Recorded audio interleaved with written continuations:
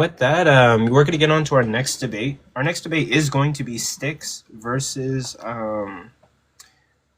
it's going to be Theosophical Wonderings versus sticks on does fine-tuning favor Theism or Naturalism? So I'm going to bring them up. Their debate is going to be decided by audience votes. They didn't really request judges. I guess we could do judges if you guys wanted to, but like that's really up to you guys because audience vote can be biased. But that's up to you guys. And so I'm going to change the background, and then we're going to get started. Are we going to do like a coin flip or? Oh, yeah. I have to find a coin in my room. Yeah, because you guys wanted to do a coin flip over who's going to go first or be the affirmative. So let me... What's up, Sticks? How are you? Good. I'm just getting over a sickness, but I'm feeling better. So I was a little scared there earlier this week. Oh, yeah. Oh man, it's been crazy. It's hit our house. A lot of kids we know. I got kids, so a lot of kids are sick. So crazy. This is way past my bedtime, by the way. You're Eastern, aren't you? Yeah, I'm Eastern. I got a family, so I don't stay up too late. I have like a routine and all that stuff. So shit. I can't find a coin in my room. Okay. Well, I'm gonna flip something. Heads or tails? Sticks. Let's go tails. Okay. Okay, it landed on heads. So, Theosophical, you make the choice. Okay, I'll just go first. Okay. Yep. Bet. Does that mean I have the sun in my eyes, or what's? Huh? Does that mean I have the sun in my eye? Yeah. I honestly don't think it matters too much, but Okay. All right, And, just let me know when the time starts. 8 minutes, right? Yeah, let me check the format. The format is going to be... It's going to be 8-minute openers, 4-minute rebuttals, and then, hold on. 8-minute openers, 4-minute rebuttal periods, and then 2 rounds of 12-minute cross-examination, and then 3-minute closers. Okay. Yeah. And then with that, before we get started, thank you guys for being here. Thank you guys for tapping your screens, liking the live. Please tap your screens, like the live, share with anybody who you think might be interested. The debate that's about to start right now is, does fine-tuning favor theism over naturalism? Sticks versus Theosophical Wonderings. You've heard the format, and with that, Theosophical, you get 8 minutes on the clock, and it starts whenever you say your first word. Okay. Thanks, everyone. Tonight we're debating whether the fine-tuning of the universe favors theism over naturalism. Before I present my argument, let me explain what we are setting out to do tonight. This debate is not about who can sound the smartest or who can score the most rhetorical points. The point of the debate is this. We each have a hypothesis about reality, and we are asking which of our hypotheses better explains the data. The data being the fine-tuning that allows for life, including specifically rational minds like ours. That's our only goal tonight. And unlike most Tik-Tok debates, my opponent actually has to defend naturalism rather than simply critique theism. So what do I mean by which hypothesis better explains the data? Think of it like walking into your house and seeing muddy footprints across the kitchen floor. You have 2 hypotheses. One is that your teenage son came home from practice wearing cleats. The other is that the microwave oven did it. Both are logically possible, but which one better explains the data? To answer that, you look at all the explanatory resources available inside each hypothesis. The teenager hypothesis has just the kind of resources that naturally produce muddy footprints. They have feet, they wear cleats, they play in sand, they walk and live in houses. A microwave oven, though, has 0 explanatory resources to explain this. No mud, no feet, doesn't move. There's nothing about the microwave oven that would make you anticipate muddy footprints on the ground. So clearly one of these hypotheses is better. And that's what we're doing tonight, comparing our 2 hypotheses. So let's define a few terms. Fine-tuned is a technical term used by physicists. The term itself does not mean that an agent finely tuned the dials, though I will argue that later. It just means that the conditions for life exist within a very narrow region of a much wider parameter space. By parameter space, this just means all the ways that the equations and the fundamental constants can be changed. As soon as you change the equations, even just slightly, life and structure completely disappear. This is what tells us that the range is narrow. Now let's define the competing hypotheses. Naturalism is the view that reality consists only of the natural world, matter, energy, physical laws, and which is at bottom mindless. No supernatural beings exist. Theism is the view that reality is grounded in a personal, rational mind that interacts with what it creates. Now, here is my argument for tonight. Premise 1. If an outcome is far more expected on theism than on naturalism, it supports theism. Premise 2. A life-permitting universe that allows for rational minds is far more expected on theism than on naturalism. Conclusion, therefore, our life-permitting universe supports theism. Premise 1 is not controversial. For example, if a limb grew back after we prayed, this is what we'd expect if God existed, and thus the limb growing back would be evidence for God. That's all this premise is saying. And more expected doesn't mean logically entailed. It just means that the data fits naturally with the explanatory resources of the hypothesis. So the only real issue is premise 2. Is the fine-tuning for rational minds more expected on theism than on naturalism? Here are 8 reasons why I think it is. 1. If naturalism is true, reality at its foundation is mindless. It has no intentions, no goals, no directed aims. It is fundamentally non-rational. Now consider fine-tuning. There is a vast space of possible physical parameters. Only a narrow region permits life, and an even narrower structure allows for rational minds like us. In the same way that nothing about a microwave oven would make us anticipate muddy footprints on the ground, nothing about mindlessness would make us anticipate conditions for minds. There's simply nothing internal to the concept of mindlessness that would make us expect this. In all actuality, naturalism is just as compatible with electromagnetism being slightly different so that no structure or life forms at all. In short, naturalism is compatible with the overwhelming majority of the parameter space in which nothing interesting happens. So what is needed then for my opponent is an internal symmetry breaker, something within naturalism itself that makes us anticipate this narrow slice that allows for minds rather than the vast life-prohibiting range. 2. My opponent may appeal to a multiverse, but as philosopher Kenny Boyce has argued, a multiverse only predicts that some universe will be finely tuned. It does not raise the probability that this universe is finely tuned. Just as a lottery only guarantees that someone wins, but it does nothing to increase the probability that you will be the winner. Evidence must raise probability. If the multiverse cannot raise the probability of this universe being fine-tuned, it doesn't function as evidence. 3. My opponent may claim that the constants are necessary, but that must be argued, not assumed. Nothing within physics say they have to be this way. They are treated as free parameters. Physicists like Sean Carroll explicitly deny that they're necessary. And nothing in metaphysics tells us, for example, that the cosmological constant couldn't have been off by a single decimal. This is a very strong claim, and simply asserting it necessarily after the fact seems ad hoc. 4. My opponent may say fine-tuning is a brute fact, but that just restates the data. We are asking why the parameters fall in this narrow range. Declaring them brute is not an explanation. It's a refusal to explain, and it's ad hoc unless independently motivated. So given these reasons, it's very unlikely that there are any explanatory resources within naturalism to explain this data. Now contrast this with theism. I'll give 4 reasons why fine-tuning is not surprising on theism. First, on theism, reality begins with a personal, rational mind. If the foundation of reality is rational, then rationality is not an accidental byproduct. It is rooted in the ground of being itself. A universe that permits rational minds flows naturally from that starting point. Further, a rational mind is a kind of cause that produces law-like intelligible order that brings about these minds.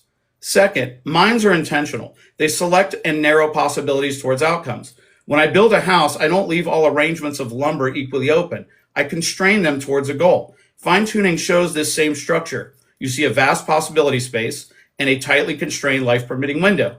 The intentionality of a mind maps perfectly onto this data, as it is better explained by selection than by indifference that you'd see on naturalism.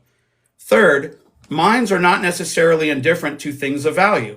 From our background knowledge, we know that minds often recognize value, life, understanding, relationship. A rational agent is the kind of being that can regard rational creatures as worthwhile.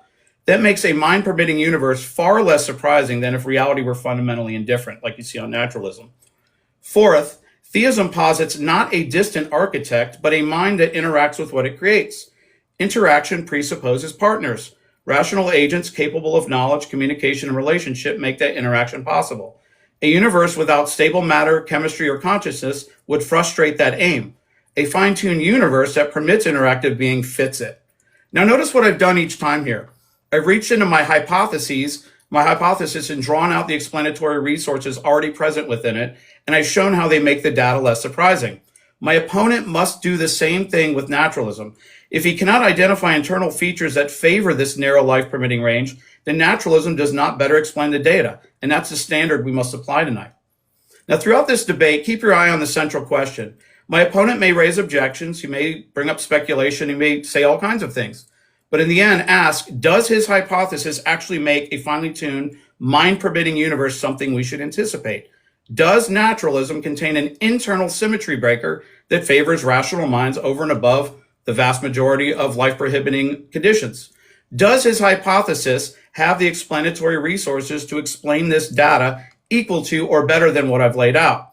If he cannot do this, then naturalism lacks the explanatory resources to account for the data, and this would mean that a life-permitting universe for rational minds would favor theism over naturalism, and this is exactly what I think I've shown tonight. And look, I realize that my opponent and many in the audience probably disagree with me, but I want to emphasize that the God I believe in isn't just a theory. He is alive and real, and he's not far from each of us. I hope this benediction from St. Paul blesses you. May the God of hope fill you with all joy and peace in believing, so that by the power of the Holy Spirit you may abound in hope. Thank you. Okay. Thank you for your opening statement, and that will conclude Theosophical's opening statement. Styx, it's your turn. You're going to get 8 minutes on the clock for yours. I'm going to set up the timer, and it starts whenever you say your first word. Okay, so I just wanted to begin by thanking Coco for hosting tonight's event, and thanking all of you for hanging out with us. I also wanted to thank Theosophical Wanderings for challenging me to the debate with fine-tuning with him tonight. So what is fine-tuning? Well, the basic idea held by proponents like Luke Barnes and Swinburne and Collins is that there exists in our universe life-permitting conditions that are unlikely on naturalism, but at least moderately more expected on theism. So think of the parameters that govern our reality. In theory, they could have been far different, right? The cosmological constant or the strong and weak nuclear force could have been potentially infinitely different, such that stable matter couldn't form. Now, there are a number of counter-arguments and contentions with this, notably anthropic, necessitarian, and modal arguments, as well as Graham-Oppy-type theoretical virtue contentions with parsimony and ontological economy. But today, I'm just going to focus on a few contentions that I believe cut the legs out from most fine-tuning and teleological arguments. So it's important to note the topic of tonight's event. Does fine-tuning favor theism over naturalism? The language here is important because it's just my task to simply demonstrate that fine-tuning doesn't favor theism over naturalism. So in other words, I'm actually just required to get to 0, whereas for my opponent, theism must be favored over naturalism given the fine-tuning data, and he has to show that this is the case beyond just his vibes. So the outline of my argument, which I'm sure we'll dig into more, is as follows. Beginning with some definitions, bare design is the idea that the universe was created by a mind with no other assumptions about its intentions or disposition. Theism is a specific subset of bare design that includes additional properties of the designer, like loving or omnipotent. Naturalism is the idea that the universe is in causal relation with purely natural processes that don't involve a mind, and we can just take that to mean non-design. So de Troyer's Bayesian argument, is I'll be rendering, posits that there are two probabilistic Bayesian constraints where once we condition on the fine-tuning data, make it such that the posterior probability of theism doesn't exceed that of naturalism. We can show this by saying the prior probability on the bare design hypothesis, so that is before considering any data, is not a priori antecedently greater than the prior probability on naturalism due to the indifference principle. So in other words, there's no reason to believe that the bare design in of itself is more probable than naturalism before evaluating any data. And I think that's actually enormously charitable given an argument I'll render a little later. So the second probability constraint is that the likelihood of life-permitting conditions given bare design does not exceed the likelihood of life-permitting conditions given naturalism.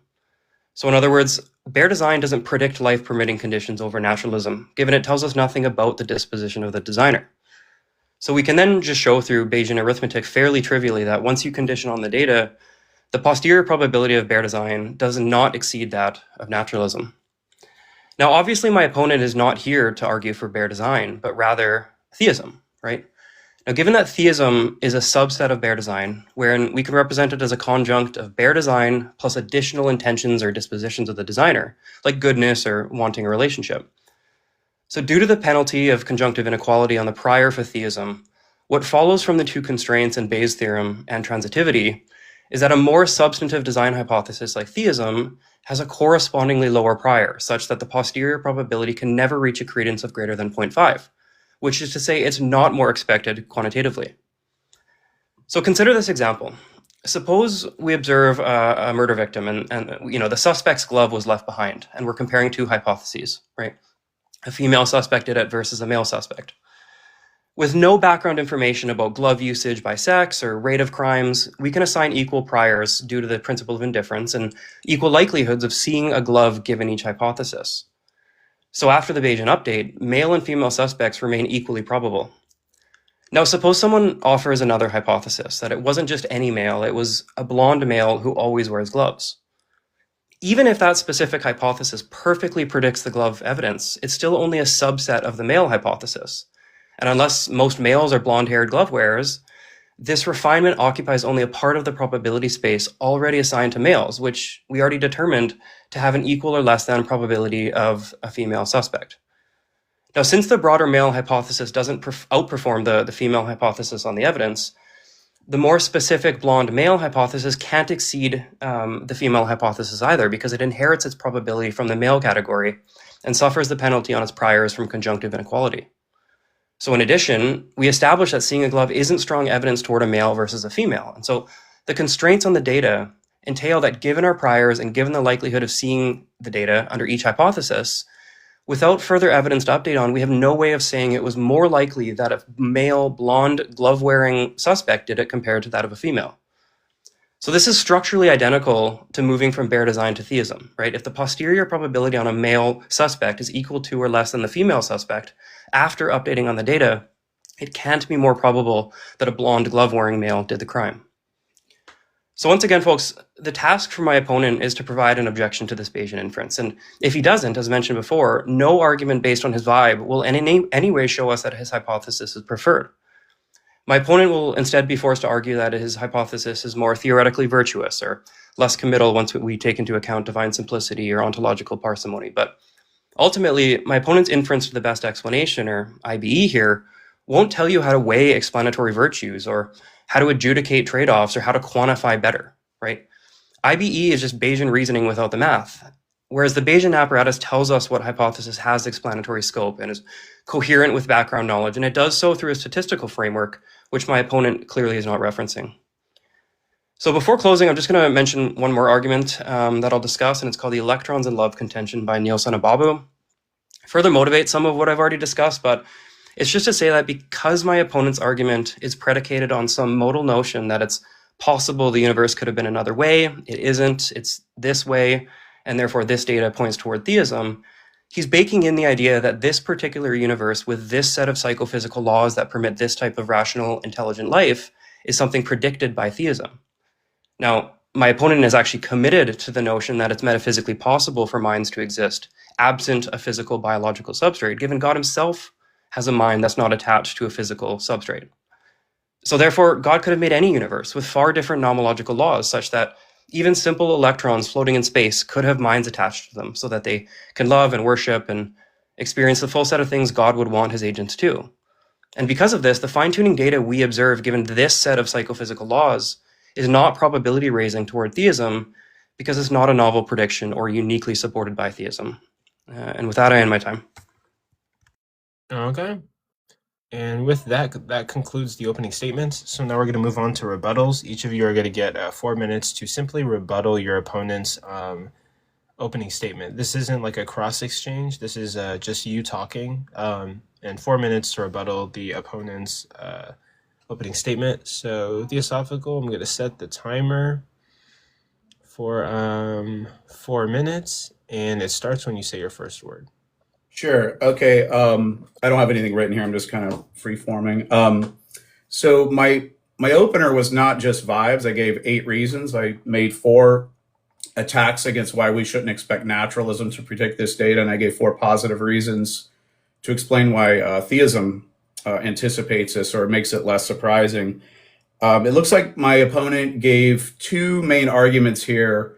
The biggest one is the Bayesian argument. And from what I gather, it's sort of like he made sort of a symmetry between bare design and naturalism. And bare design bare design doesn't predict this data any more than naturalism does, or it needs something to kind of break this symmetry, if I understand him correctly. First thing I want to mention is, and he kind of addresses this, is that I'm not arguing from bare design, which he mentioned. I'm arguing from theism. But even if I were arguing from bare design, the symmetry is broken. The very first argument I made was about what is entailed by a rational mind. I'll just kind of repeat it here. On theism, or you could say on bare design, reality begins with a rational mind. If the foundation of reality is rational, then rationality is not an accidental byproduct. It is rooted in the ground of being itself. A universe that permits rational minds flows naturally from that starting point. And further, a rational mind is the kind of cause that produces law-like intelligible order that brings about these minds. So on bare design, we have something that's being designed. We have a mind that has reasons. Obviously, it's not going to create something without reasons. And even on bare design, I'm just positing a mind here. I've pulled every explanatory resource out of just positing a mind. I'm not even positing theism at this point. Bare design will predict this data and break the symmetry. And I also think my second argument breaks the symmetry even more, and this raises the probability of bare design, again, predicting this data better than naturalism. And that was my second point, was that minds are intentional. That's just what it means to be a mind. That's just logically entailed. And minds select and narrow possibilities towards outcomes. And it's kind of like when you look at the fine-tuning data, you see this wide possibility space in this very narrow region. And so like intentionality maps onto that data. So like this is kind of what you'd expect if a mind was selecting these things. It looks like that. And as opposed to the indifference that you'd see on naturalism. But getting into, even if I do posit, how much more time do I have, Coco? You have 1 minute and 20 seconds. Okay, let me, theism, even if I posit theism and add extra conjuncts, they're probable conjuncts. So like any penalty will be so minimal. I'm willing to take it because I think the overall case raises the probability in total. The electrons in love. So let me get to that really quick here. So the question tonight really isn't about whether God could have done things differently. God could have done whatever he wants. The question is why there are any conditions for minds at all. So that would still be the question if we were made of silicone or if electrons were agents. We're not trying to like figure out why did God use physical matter to make rational minds. It's just why there are conditions for minds at all. And so I don't really feel the force of that. And further on naturalism, what would ground the claim that different psychophysical laws are metaphysically possible to begin with? So, and I'll end my time here. Okay. With that, that's going to conclude your rebuttal. Now, Sticks, this is your time to rebuttal his opening statement. Your 4 minutes starts whenever you say your first word. Yeah, so in this first rebuttal, I'm just going to levy some of my contentions with my opponent's argument. So he renders a primary argument. He says if an outcome is far more expected on theism than on naturalism, it supports theism. A life-permitting universe that allows for rational minds is an outcome far more expected on theism than on naturalism. Therefore, our life-permitting universe supports theism, just modus ponens. So first of all, obviously, I would just reject P2 there, right? That's pretty much just the conclusion of his argument. But first of all, I would ask why. Like, why is this the case? But he provides some supplementary reasons. Most of them don't apply to me. He mentions that naturalism doesn't predict rational minds because he says that it begins with non-conscious, non-rational, non-intentional entities. And so it gives no reason to expect these things to emerge, right? So that argument too strongly assumes precisely what's to be expected to emerge from a foundation based on its ontology. So you're saying that if a thing, F does not contain property P at the fundamental level, F gives no reason to expect P to emerge. So obviously this is just a gross misunderstanding of emergence, right? So for example, the foundation of water molecules, hydrogen and oxygen, give us virtually no information about the property of wetness. They themselves aren't wet, but when you get enough of them together, wetness emerges. So if you try to say that, this analogy fails because the emergent thing of water, the wetness, is of the same ontological category, right? Where hydrogen and oxygen are both physical and wetness is also physical. I mean, I just want an argument to defeat physicalism in saying that the emergence of rational minds is ontologically non-physical and therefore the analogy fails. But I'd ask for a defense of substance dualism or something that says physicalism is false. But even if he does that, this premise is self-defeating because he's committed to saying that the ontological type of God being non-physical, for example, gives us no reason to expect physical things to emerge. And assuming he believes that physical things emerge or exist, it's self-defeating. I could just render like a parity argument and just say that a worldview that begins with only non-physical entities, God, gives no reason to expect physical entities to emerge. So if we accept the commitments of his argument, we can actually just run a parity argument that entails the opposite conclusion, right? And he also provides a supplementary, another one where he says, like, if reality begins with creative rational minds that are open to relationship, then the existence of other rational minds is to be expected.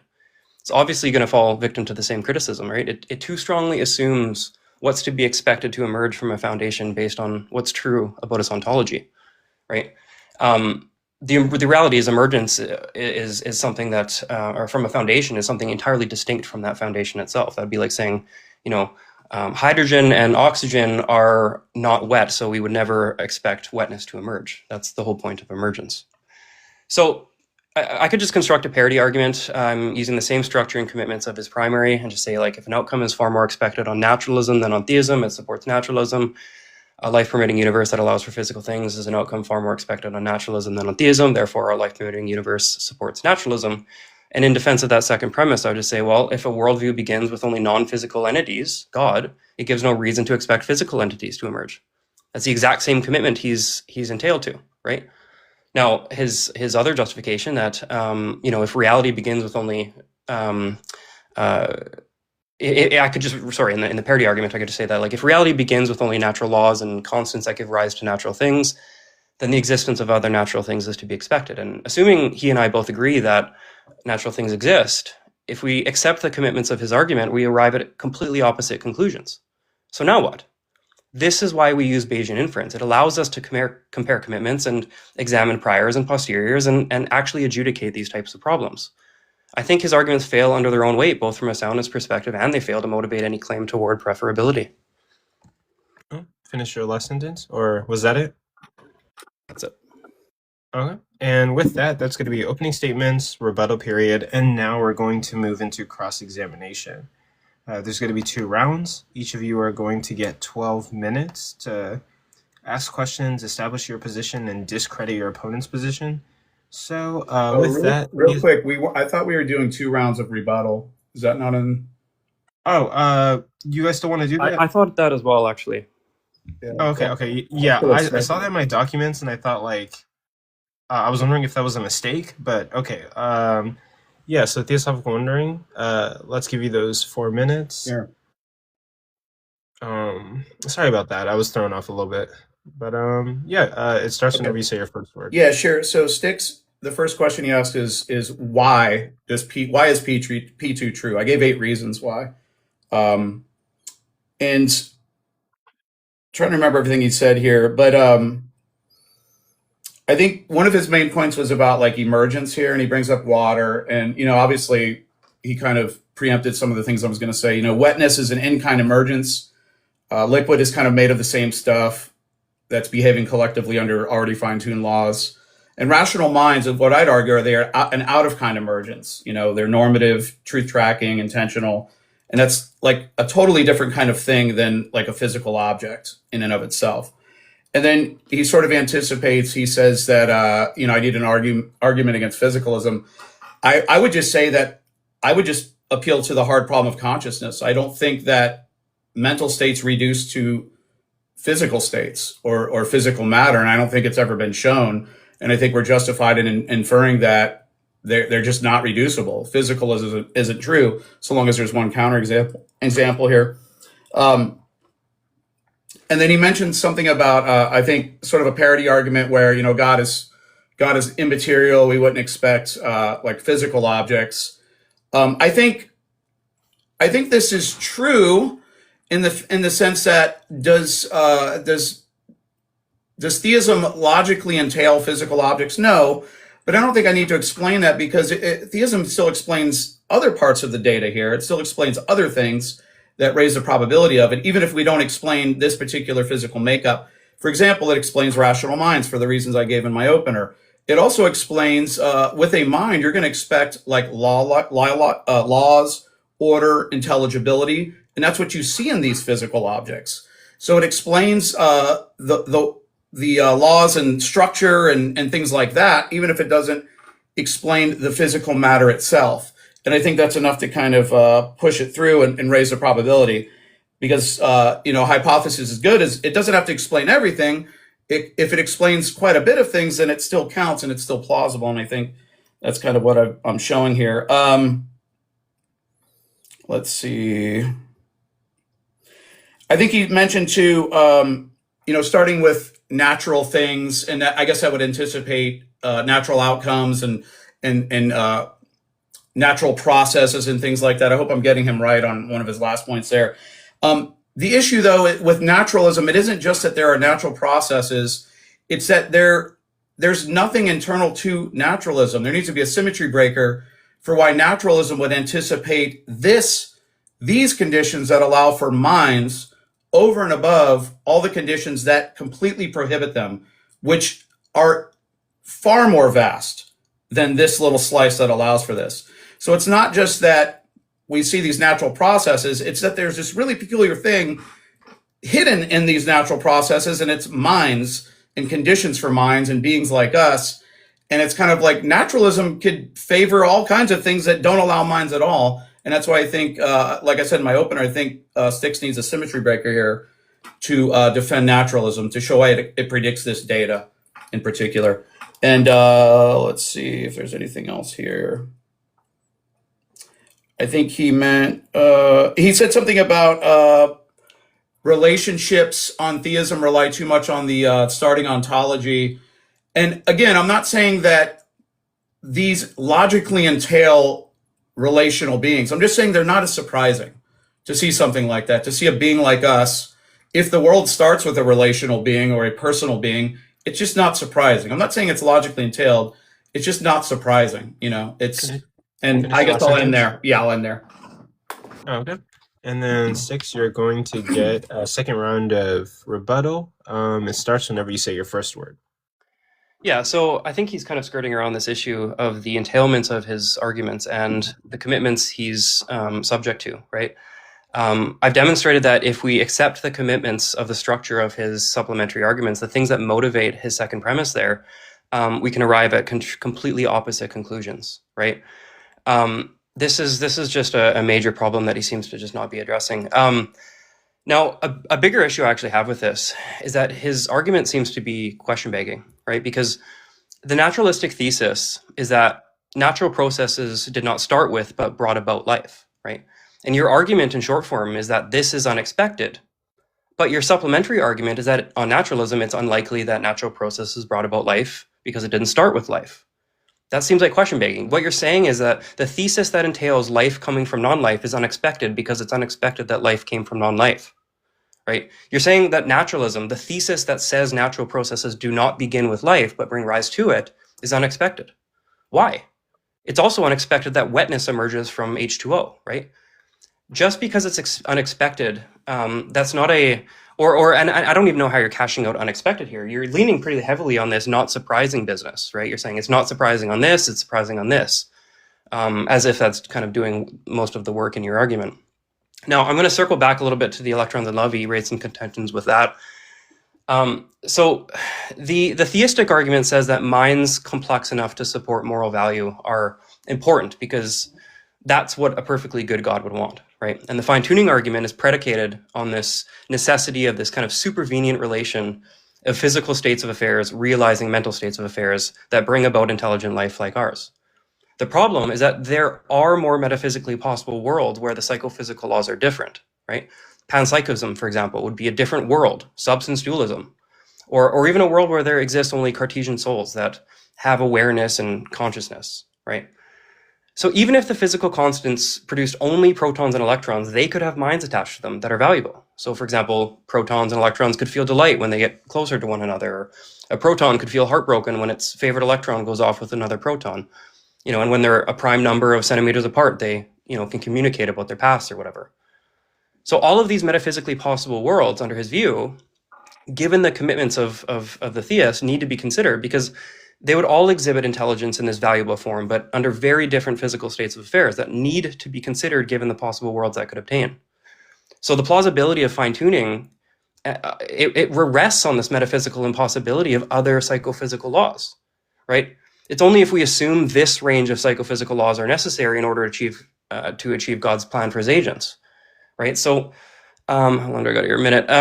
I guess the fine-tuning argument for God is kind of predicated on this idea that there's this narrow range of physical laws that can bring about a universe like ours with agents and minds, and it's too narrow to explain by chance or naturalism. It's able to posit that, it's more likely on God because God would want this universe and, not all the others that are possible. But if you expand the possibility space in God's scope to include other possible worlds that God could have used to achieve his means, then God, as this explanatory token, loses all of its likelihood gain. The possibility space grows to nearly the same size, if not greater than naturalism, because naturalism is restricted to the worlds that are possible with that modality indexed to or accessible to our own. So, we can know things about X, Y, and Z constants, and we can calculate the ranges they could have been. That's how Swinburne does it. But if you introduce God, that range is not limited by that modality and that kind of nomological accessibility relation. It now includes other metaphysically possible worlds that would, fit outside the range of naturalism. I guess that's it. Okay. And with that concludes the rebuttal sections. So far we've done opening statements and 2 rounds of rebuttal sections. So now we're going to go into cross-examination. Those are going to be 12 minutes each. Theosophical wonderings, you're going to get your 12 minutes, and it's going to start whenever you say your first word. Okay. Styx, do you agree that tonight you are defending naturalism, not merely critiquing theism, and that your goal is to show that naturalism better expects this data? Well, I'd refer to the prompt, which says, does fine-tuning favor theism over naturalism? So if that answer is no, then I've sufficiently achieved my goal. Okay. Are minds intentional? Are you asking, do minds bring about intentional, state of affairs or, brain states? Yeah. Do minds, or do they have an aboutness to them? Or do they have an aboutness or? I don't know how to answer that. Do they think about things? Do they think about things? Yeah. That's what I mean by intentional. Yeah, that's trivially true. Yeah. Okay. Between our two worldviews, which one has rationality built into its foundation? Well, so when you say rationality built into its foundation, the foundation of your worldview, right, of theism, the worldview itself, we don't call the worldview as rational. You're saying that there's a foundation that is rational. So naturalism, the idea that only natural things exist, in of itself is not rational, but it brings about rationality. Okay. But my question was, which one of our two worldviews has it as its foundation? Well, you have a rational agent that brings about other rational states of affairs, if that's what you're asking. Yeah, at the foundation of reality, there is a rational mind, correct? Sure, yeah. It's built into the foundation, correct? Trivially true, yeah. Okay, all right. Is rationality more surprising in a world with a mind or without any mind at all? Well, this is the answer there, the question that you're tasked with answering, right? If you take it to be the case that it's improbable or unexpected in some way, or more expected on your worldview, that's obviously your task. In my worldview, under naturalism, it's not unexpected, obviously. Okay. So what within naturalism makes a life-permitting universe more expected than a lifeless one? Well, so here's the thing, right? In my worldview, there is one universe, right, in which rationality was brought about. It's an emergent thing. There was enough chances of, physical states of affairs and physical things bumping into each other such that rationality, via embodied minds are possible. So when you say what's more probable, that's obviously your burden. Your burden is to say that it's more probable under your hypothesis than mine. Under mine, it's perfectly acceptable and perfectly well expected for rationalism to emerge. Just given the possibility space alone. What determines the possibility space of this universe?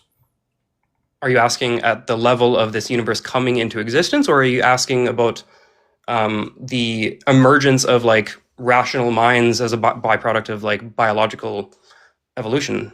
Well, you use the words possibility space. What are you referring to?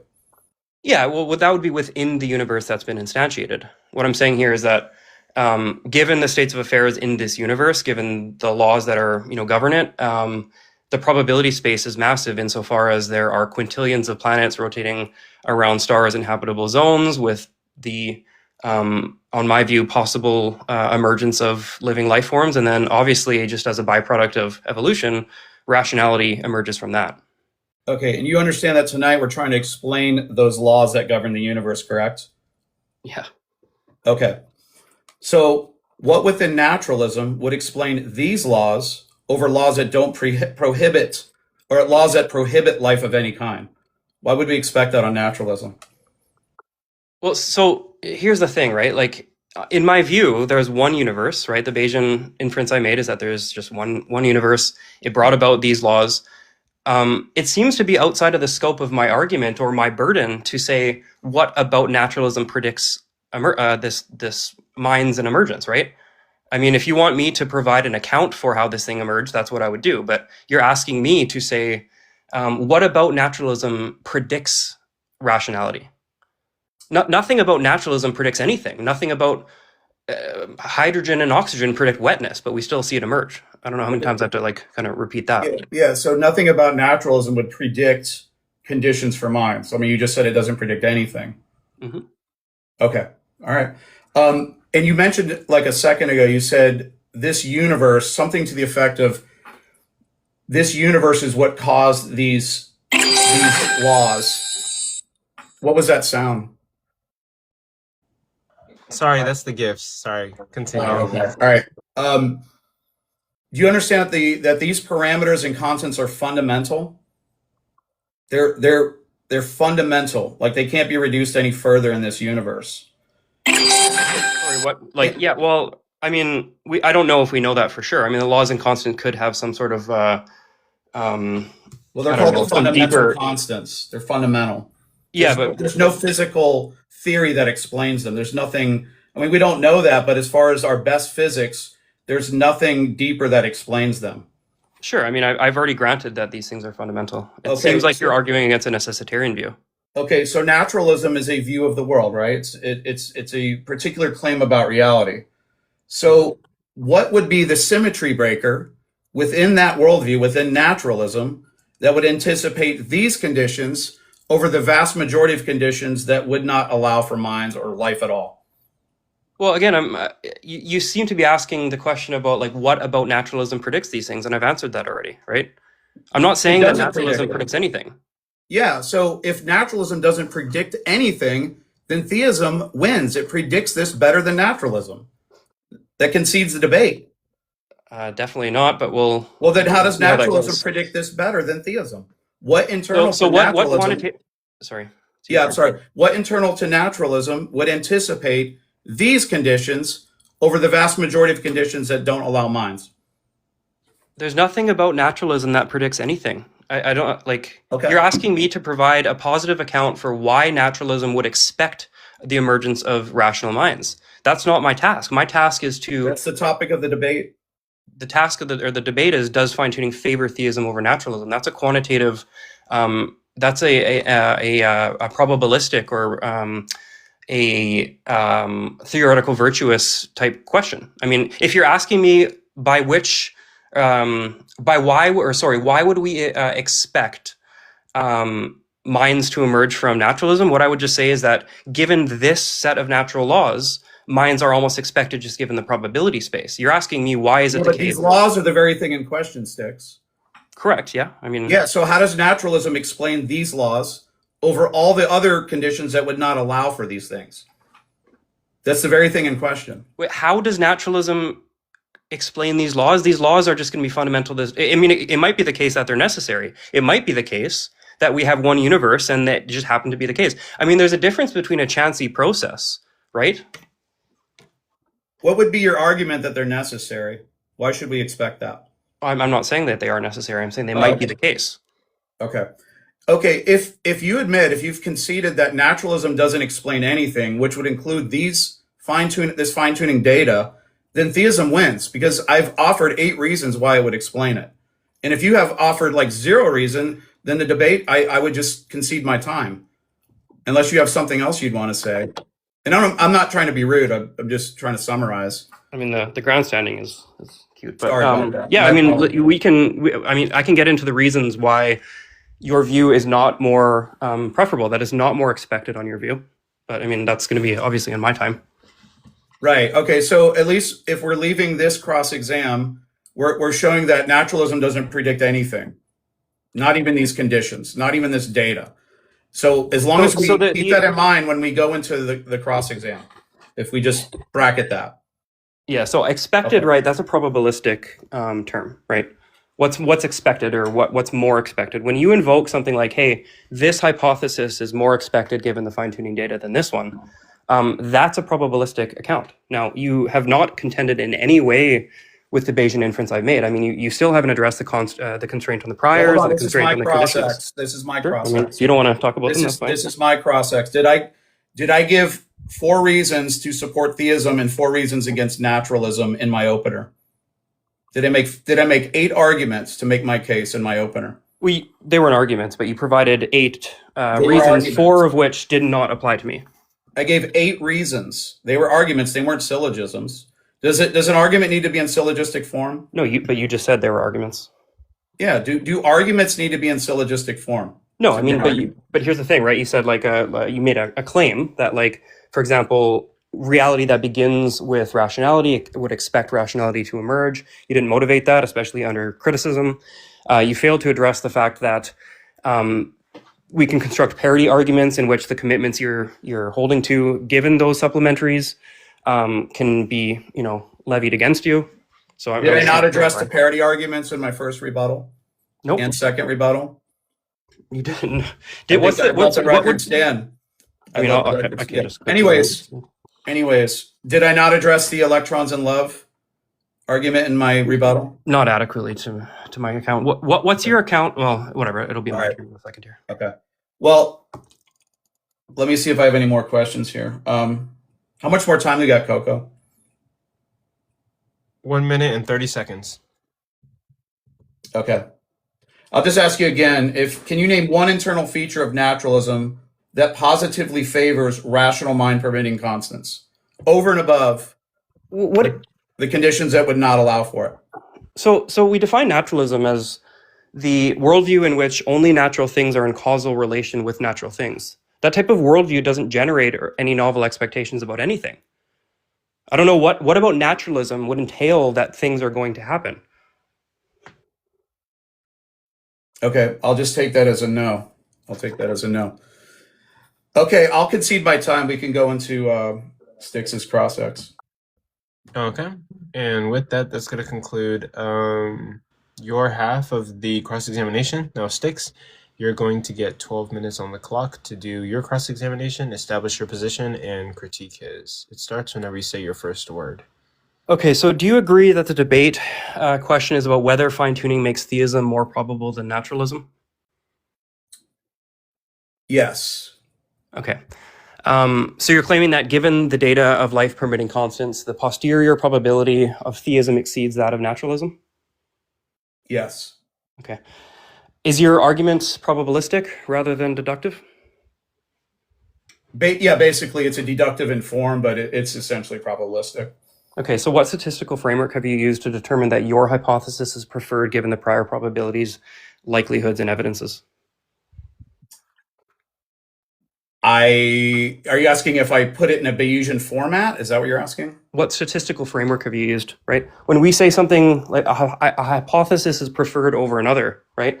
You have to evaluate and adjudicate things like trade-offs. So in what way have you motivated the claim that it's more probable as opposed to just compatible? I gave 8 reasons in my opener. Sorry, your reasons provided some sort of quantitative approach to say that it's more probable? Yes, I gave 8 reasons. Sorry, what quantitative framework did you use? I'm not sure what you mean by quantitative. What do you mean? Yeah, so you mean like assigning a Bayesian, like a calculation? Is that when we examine hypotheses and we're examining the background data and determining what comports with the background data, what is expected given the priors, given the likelihood, and we generate posterior probabilities. in the second question I asked you, I said, do you take it to be the case that the posterior probability of theism exceeds that of naturalism? But you're not providing any quantitative approach. So I'll take it to be the case that you actually don't have a quantitative approach. I don't, but I did make an argument. I didn't put it in a Bayesian Sorry, I'll reclaim my time. In the prompt there, it says, does it favor theism over naturalism? If favor doesn't mean more probable, what does it mean to you? I gave reasons to make it more probable. I just didn't put a calculation on them. Gotcha. Okay. So do you take it to be the case that before considering any empirical data about the universe, that the prior probability of a designing mind is greater than that of naturalism? No, I would just have assumed a principle of indifference, essentially. Okay. Something that translates to that. Okay. So perfect. So then that settles the first constraint. Do you take it to be the case that in probability theory, the probability of a conjunction or a conjunctive proposition like A and B cannot exceed the the probability of A alone? If it's not motivated, or if the conjunction is surprising, or if it's not internally drawn out or not probable on that hypothesis, I would say that. But I don't think. So you think A and B could exceed the probability of A alone? Oh, no, not in and of itself. No, I don't think I've done anything like that, though. Okay. So theism is bare design plus additional attributes, right? Goodness and relational intent, and it cannot have a higher prior than bare design, correct? Let's grant that. I gave two reasons that appeal to that start from a bare design hypothesis. Two reasons why that break the symmetry between bare design and naturalism. Perfect. So we've secured the first constraint in the Bayesian probability. Now, given that bare design tells us nothing about the motivation or the disposition of the designer, do you take it to be the case that the bare design does not more strongly predict life-permitting conditions compared to that of naturalism? The first two arguments I gave in my opener break the symmetry, and they show that it's more probable, more likely. On bare design? What about yes. what? And I already explained this. What a priori reasons do you have to believe that a designer in of itself, a bare designer with no motivations or intentions would have reasons to create a life-permitting universe? Okay, I'll just go to, reality begins with a rational mind. So on bare design, reality begins with a rational mind. You have a designer, so it's creating something. It's going to have reasons to create things. All these are pulled out. What's going to be the reason that it's going to want a universe like ours with life-permitting conditions? Why, just given the bare fact that a mind created the universe, would it not entail that maybe it just wants electrons or maybe it just wants protons? Why are you saying that this particular universe is expected under the hypothesis of bare design? Okay.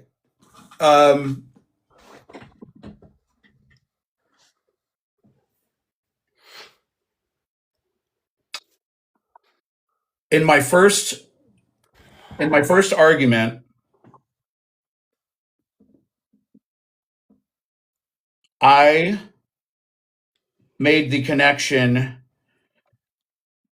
between reality beginning with a rational mind and how rationality and conditions for minds would not be surprising on that. I'm not sure I understand. Yeah, so just saying it's not surprising is not giving a motivation for the claim that it's more expected on bare theism that a mind would create a universe like ours with psychophysical laws and all these different nomological principles. Why would it be motivating for a mind to create this particular universe as opposed to one with just electrons? You're not answering the question. Right.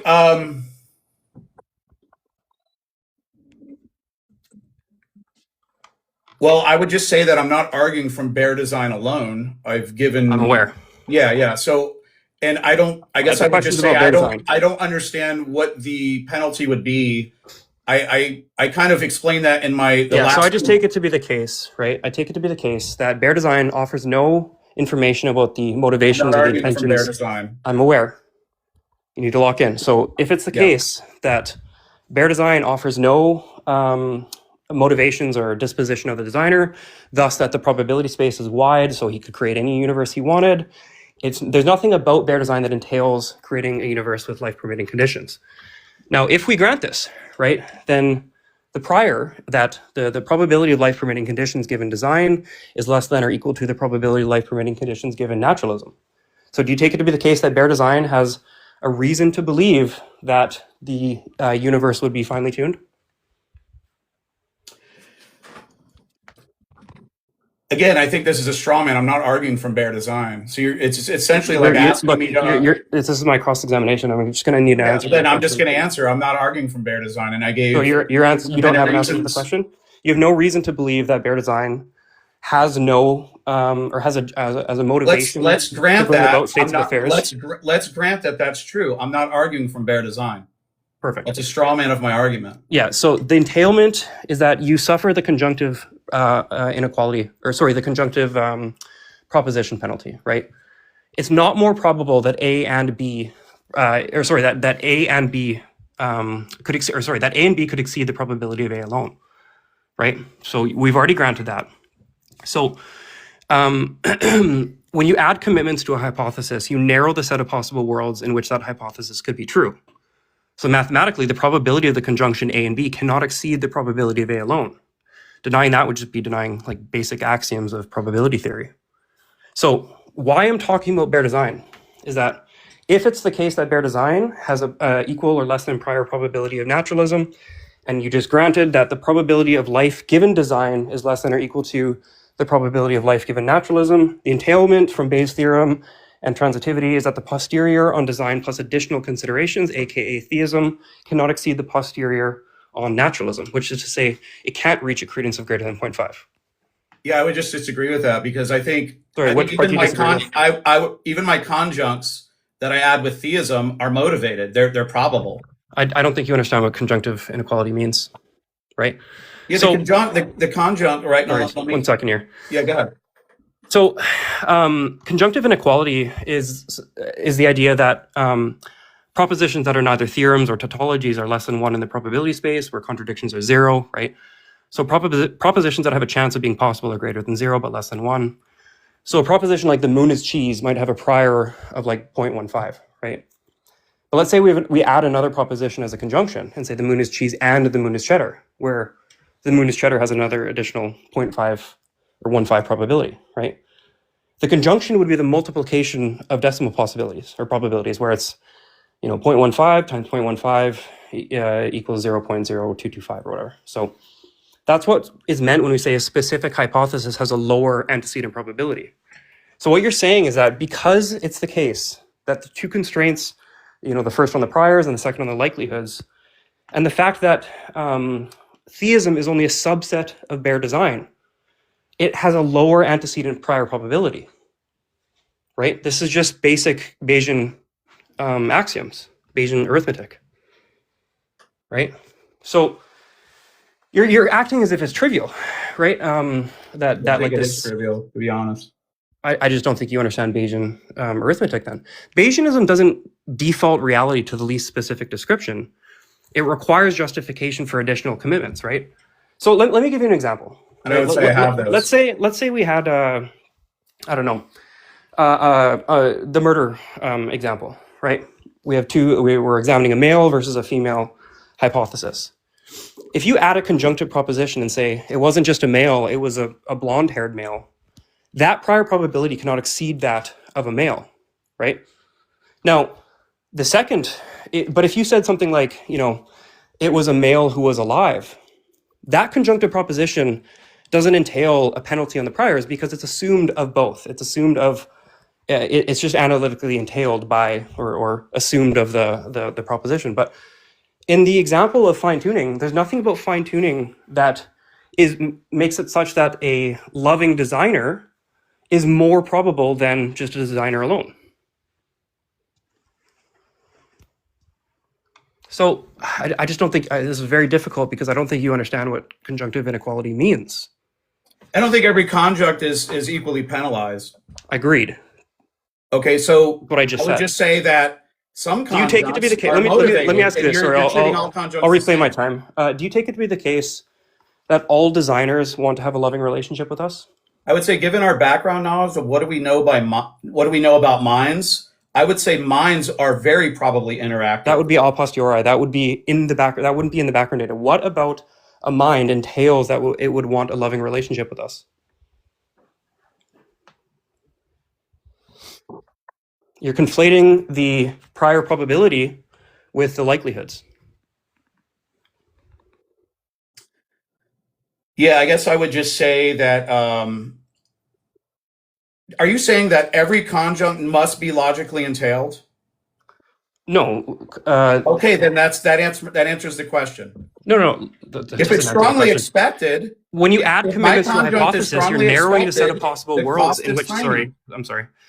When you add commitments to a hypothesis, you narrow the set of possible worlds that hypothesis If you could be treat true. every Not all. addition Hold as on. equally Hey, can I reclaim my penalty. time? Oh, yep. Look, Finish your last sentence, yeah, Sticks, not and all then minds.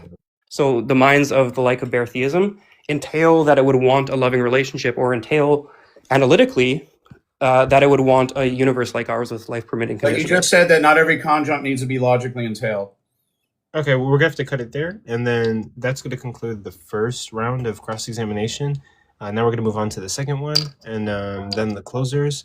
So Theosophical, you get 12 minutes. It's your cross-examination. It starts when you say your first word. Oh, actually, I thought we only had one round. I really don't. Oh, in my notes, I have 2. Was it 2? Yeah.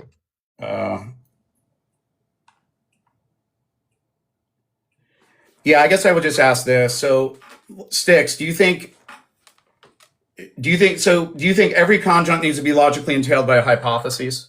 A hypothesis? What do you mean to be needs to, like, without suffering the conjunctive proposition penalty?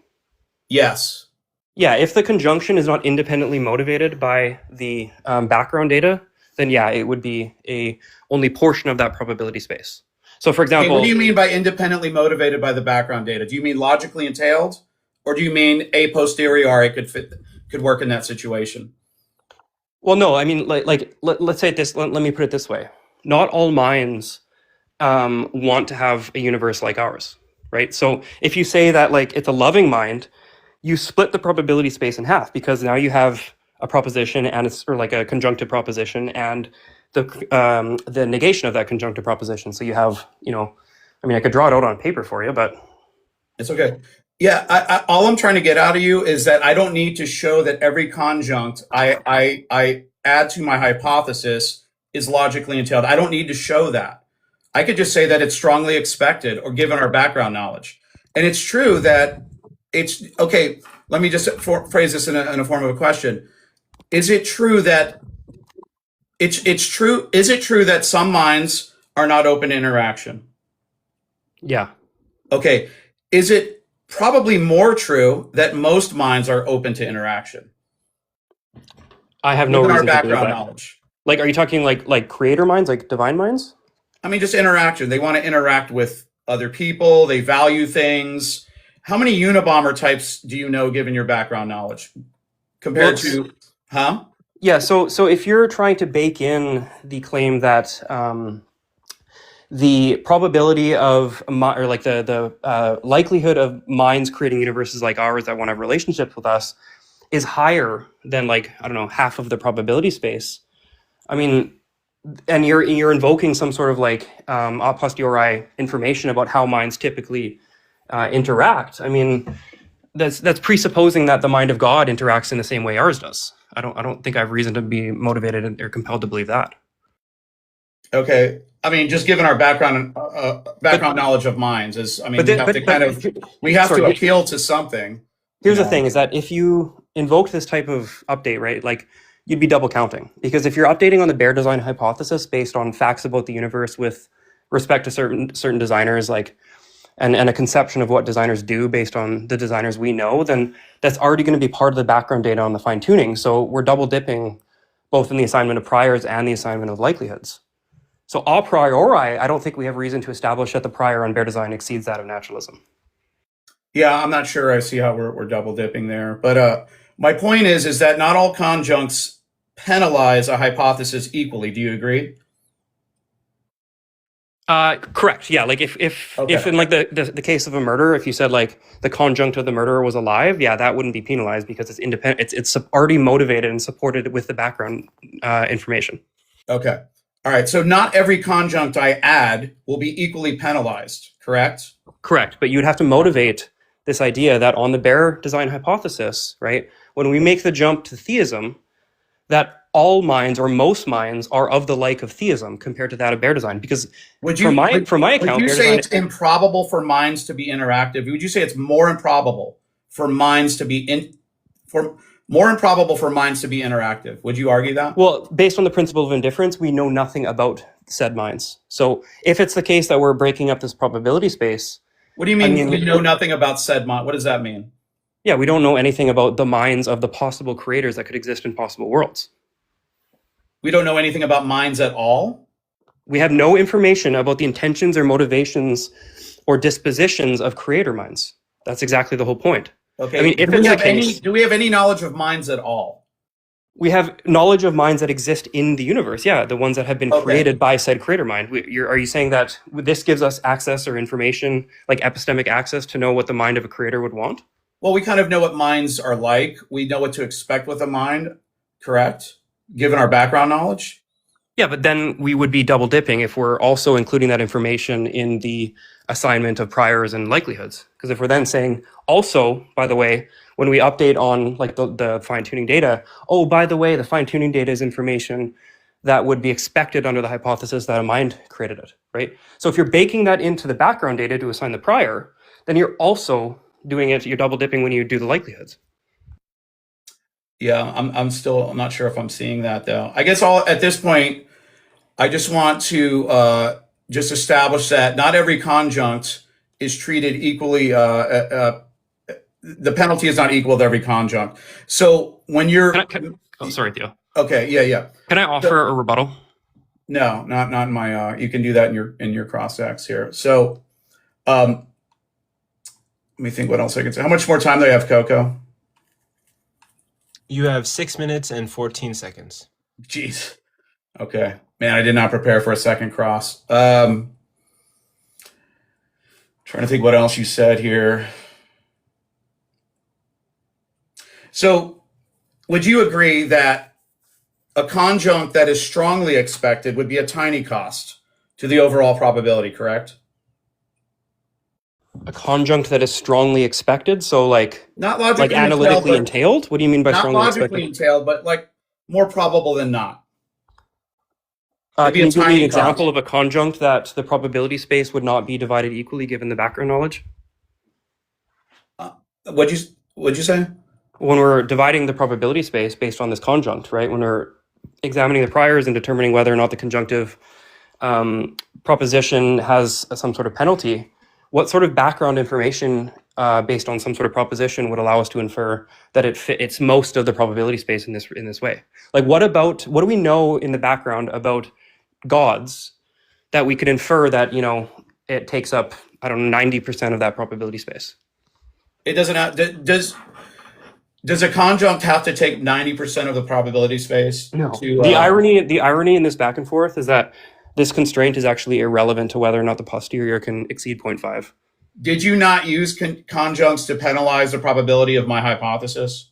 Yeah, but when you run through the Bayesian update, it still doesn't impact it, even if I grant it. Okay, right. And did you treat every conjunct in my argument as equally penalizing? You didn't. Yeah, because here's the. And so you're assuming that every conjunct I'm offering is not motivated, not expected, not probable. It's just all surprising. Is that what you're assuming? You're conflating the prior probability based on background data with the information we would obtain from the fine tuning. Like, what do we know about designer minds that would entail most designer minds want a universe like ours? I mean, this isn't your cross-ex, so let me see if I have any more questions here.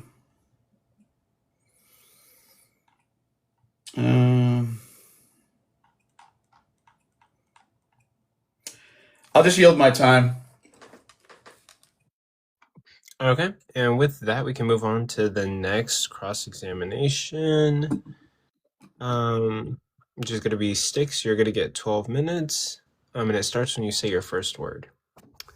Okay, yeah. So when we're talking about the likelihood of life permitting conditions increasing even on bare design, let's say you have an intuition that designers entail like maximal properties and therefore you're kind of baking in goodness or maximal power as predicates, right? there's a few critiques I have with that. Like I know Hudson in his paper on Swinburne's aesthetic appraisal talks about how like we can't know whether or not an omnipotent being would pick a finely tuned universe, right?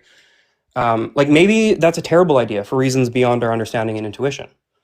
Or you could take like a human approach and say that like we can't have a priori knowledge of anything beyond our experience, right? Or that like we can't infer infinitude from finitude or whatever. And so like we have no background information that allows us to assume that most possible worlds with creator minds would be creator minds that want a universe like ours, right? Like, for example, God could just be like a really prolific moron who's been iterating worlds and we find ourselves in one that permits our existence, right? Like, or maybe he's maximal, but there's still an epistemic gap between what we can know about him and what he would do, which is to say when we're breaking up the prior probability space and assigning these conjunctive penalties, right? The entire point of this is that no matter, like if you offer a more specific conjunctive hypothesis that better accounts for the data, the trade-off is that it has a lower antecedent prior probability. That's just mathematics. Denying that is just like, what you're trying to say is that A and B can possibly be as large or nearly as large as just A alone. And I grant that. But the conjunctive proposition here, the conjunction of, being loving is not analytically entailed by the designer, right? There's nothing about minds that just analytically entail that they would want a universe like ours or that they're going to be loving. So I have no reason based on the principle of indifference to assign the priors any less than like 0.5, right? In that probability space. I'm going to do this. I'm going to draw a little picture. So suppose we have the total probability space and we divide it in half. All right. And we say, this portion here is the prior on naturalism. Oops. And this is the prior on bare design. Now, if we say that, well, also it's, it's loving, right? Well, we don't know how much of this probability space are designers that love or want a universe like ours. So based on the principle of indifference, we just split it in half. So like this might be designers that, want or that love us, and this one might just be designers that, are designers but don't love us, right? This is what's meant by the conjunctive penalty. And you're just trying to, without justification, motivate this claim that there is no conjunctive penalty. But the irony in all of this, is that the first constraint is virtually inconsequential to the argument. That the constraint on the conditional probabilities, which you signed off on, entail that the posterior can't exceed 0.5. It just follows from Bayes' theorem, it follows from these constraints, and it follows from the transitivity of the less than or equal to operator. So, I mean, it seems like you're arguing with math at this point, but that's fine. Now, like, again, maybe to circle back on this conjunctive inequality, our background knowledge doesn't independently support the idea that most possible creator minds would want relationships. And because these added traits are not already supported by the background knowledge, not the data, not the fine-tuning data, the background knowledge, then they would reduce the size of the probability space. And so this expanded theistic hypothesis necessarily has a lower prior than bare design. We can argue about how much that is, but it really doesn't even matter, right? The issue isn't word count or how many, it's about how many possible worlds satisfy the claim given what we already know. It's true that, if background knowledge, already supported a conjunct, then adding it would not meaningfully, penalize the prior. But in this case, lovingness and relational intent, they're not entailed by bare theism, so the prior is naturally lower. To be honest, I didn't even know we had a second cross-exam either, so I'm kind of looking for things to talk about. It seems to be the case that you haven't addressed the electrons in love. You seem to just say that it's like kind of like a red herring or that it doesn't apply, but you haven't wrestled with the fact. So maybe I'll ask you the question: do you take it to be the case that it's metaphysically possible that minds can exist absent a physical biological substrate? I am not sure how. I'm honestly not sure how to answer that question because I'm not sure how, like, what would ground metaphysical possibility. Like, does God have a mind that's absent a physical biological substrate? He does, but on naturalism, there's no. Right, that's irrelevant. I'm asking you on your view. Analog. On your view, right? God already has.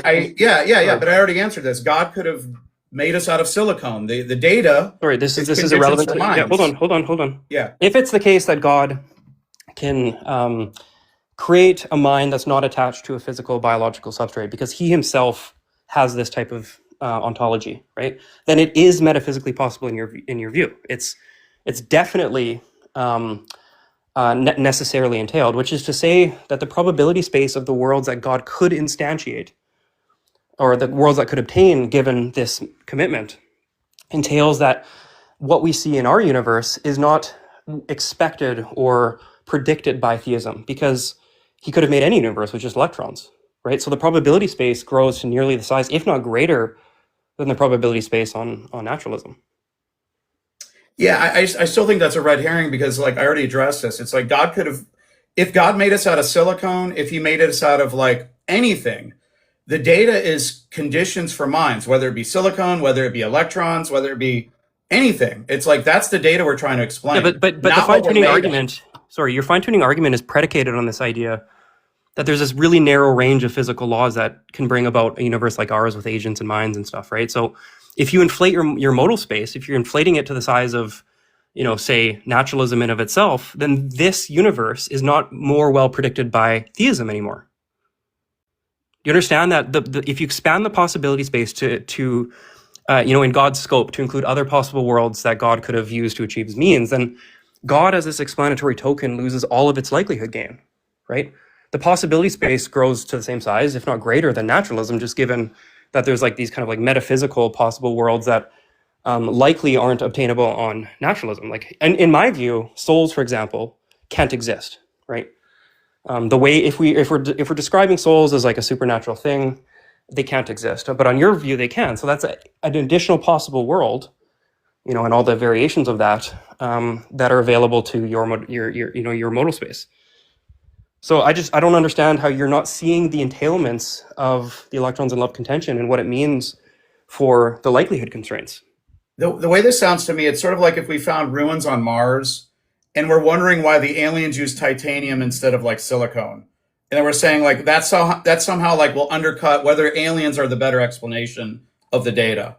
That's what this sounds like to me. I don't know if I'm missing it, but it's like the data is conditions for minds, whether they be electrons, whether they be silicone, whether they be anything else. This is the data we're trying to explain, not what we're made of. So that's kind of like, I just don't feel analogous because the background information there, like, let's give an example of of these murderers again, male and female, right? If the background data that there's this glove left behind at the scene, this independently motivates, it doesn't motivate either in terms of likelihood a male versus a female at all, right? It's expected under both, at least according to the information we have, right? So when you update and you say, well, no, it's not just any male, it's like a blonde glove-wearing male. Well, you've constrained the probability space and it can't exceed that of the female hypothesis, even if this refined hypothesis well predicts the glove. If male and female are equal in terms of likelihood of seeing this glove, then blonde male isn't more likely than male. Right? Right. I mean, what if all we're trying to do is figure out whether a human committed the crime or the person died naturally? We find a glove. Well, what is the background data? This again, it's disanalogous because in this example, right, the background data is that someone was murdered. Now you just changed the entire scenario. Now, the information we have, the background data, is that the universe was finely tuned, and we're trying to determine what is the best explanation for this fine tuning. And based on this Bayesian inference and based on what you've signed off on, I don't think you're wrestling with the fact that the posterior can't exceed that of naturalism. So, I mean, if you disagree with math, if you disagree with Bayesian inference, I mean, I don't know. I don't know what to tell you.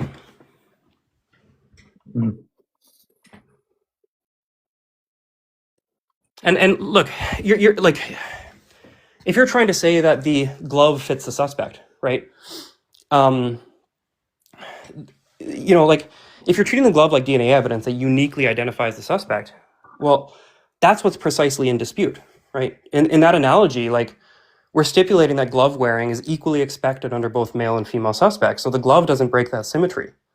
Fine-tuning is structurally the same unless you independently show that life-permitting constants are more expected on theism than on naturalism. You don't just get to assume that. That's the very claim you need to establish.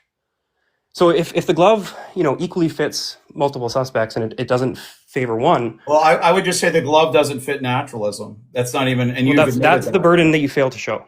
But you've already conceded that naturalism does not predict the glove at all.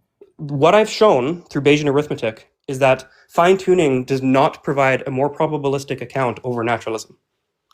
So at bare minimum, we are at 0. At bare minimum, I have accomplished the task of demonstrating that fine-tuning does not favor theism over naturalism.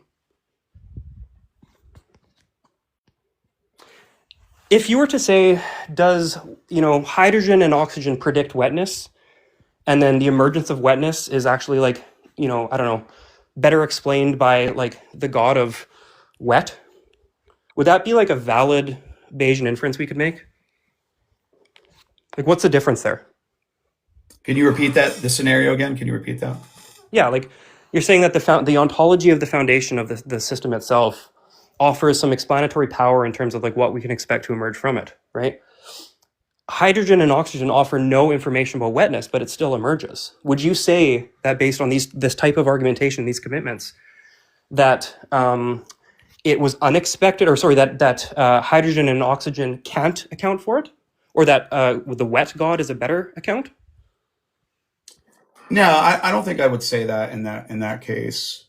But I'm not sure that's analogous to what's going on here. It's not so much the emergence. It's we kind of already went through that earlier. It's more or less it just seems like there needs to be some kind of symmetry breaker. What's that? Oh, really quick. The time just wrapped up.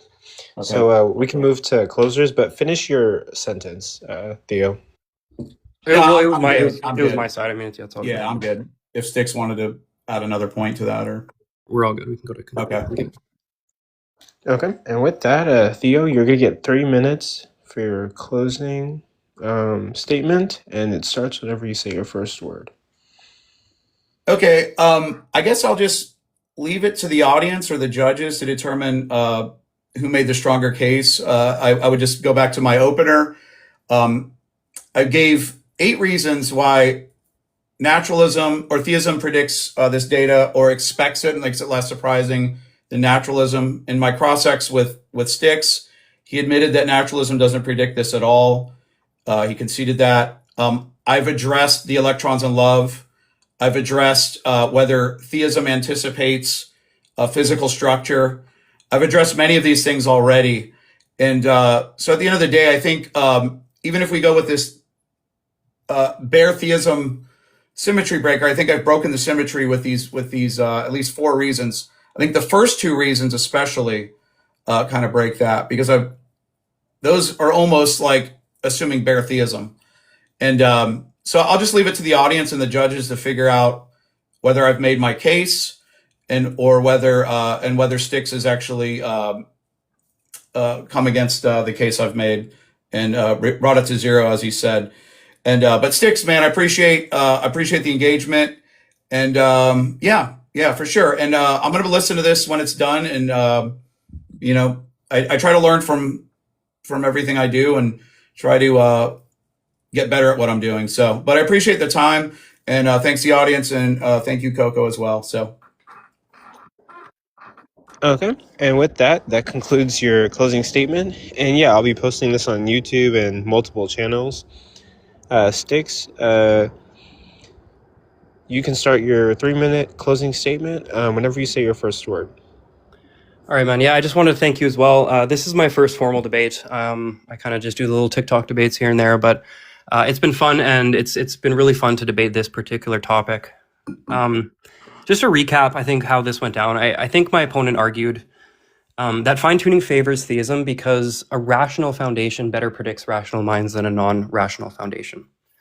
But notice what that assumes, right? It assumes the nature of the foundation constrains or predicts what will emerge or can emerge from it, right? If a reality that begins with a rational mind, rational minds are expected. And if it begins with a non-rational process, then rational minds are unexpected. But that principle cuts both ways, because if we apply the same reasoning consistently, then A non-physical foundation like God should give us no reason to expect physical things, right? A purely rational being should give us no reason to expect non-rational rocks. And yet here we are, we're in a world filled with physical and non-rational rocks, right?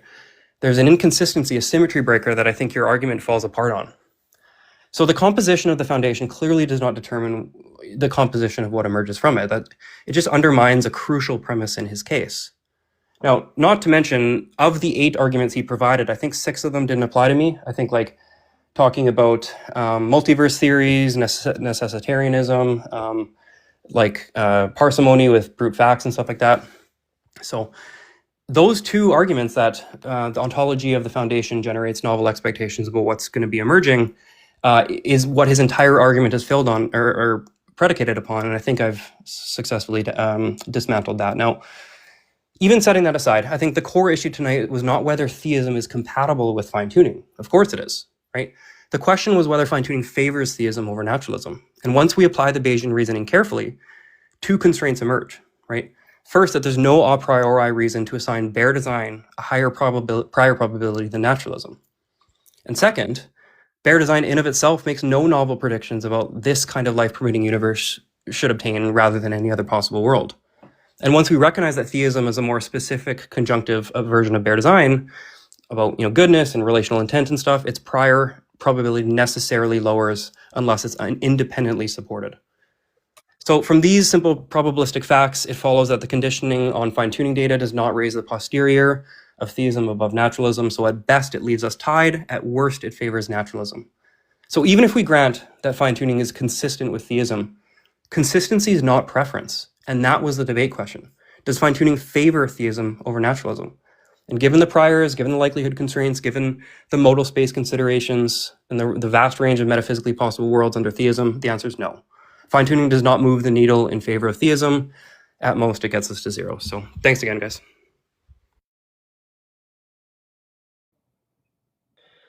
Okay, and with that, that concludes your closing statement, and that concludes this debate. Thank you, both of you guys. I think you guys both did very well. And I think both of you guys were very studied for your debate. And so I have to check my timesheet, and we have one more debate tonight. It's going to be CF Jewel versus L Sirloin. And we can do a little bit of audience comments, questions, and concerns. But let me check the time and see when that debate is supposed to start. Let me see really quick. That debate is supposed to start at 10:29. So we have like 10 minutes of audience questions that we can do right now. Are we not doing the judges or anything, or is that not happening? Oh yeah. Yeah. I'm gonna start a poll, and also, if you guys want sticks and theosophical wonderings, I can pick like 2 atheists, 2 Christians, and 1 neither atheist or Christian person from the crowd, somebody we know, to judge the debate if you guys want. Yeah, I mean that's. Yeah, I'm easy. Yeah, I'm cool with that. Okay. So give me 1 sec. Sorry, I sound out of breath. I was running some favors around the house, but I was still listening to like the closing statements. Okay, so people request in the comment section, we need 2 Christians, 2 atheists, and 1 person that's like agnostic or something else. And then I'll start the poll right now. But let me see. Grab the poll, custom, manage.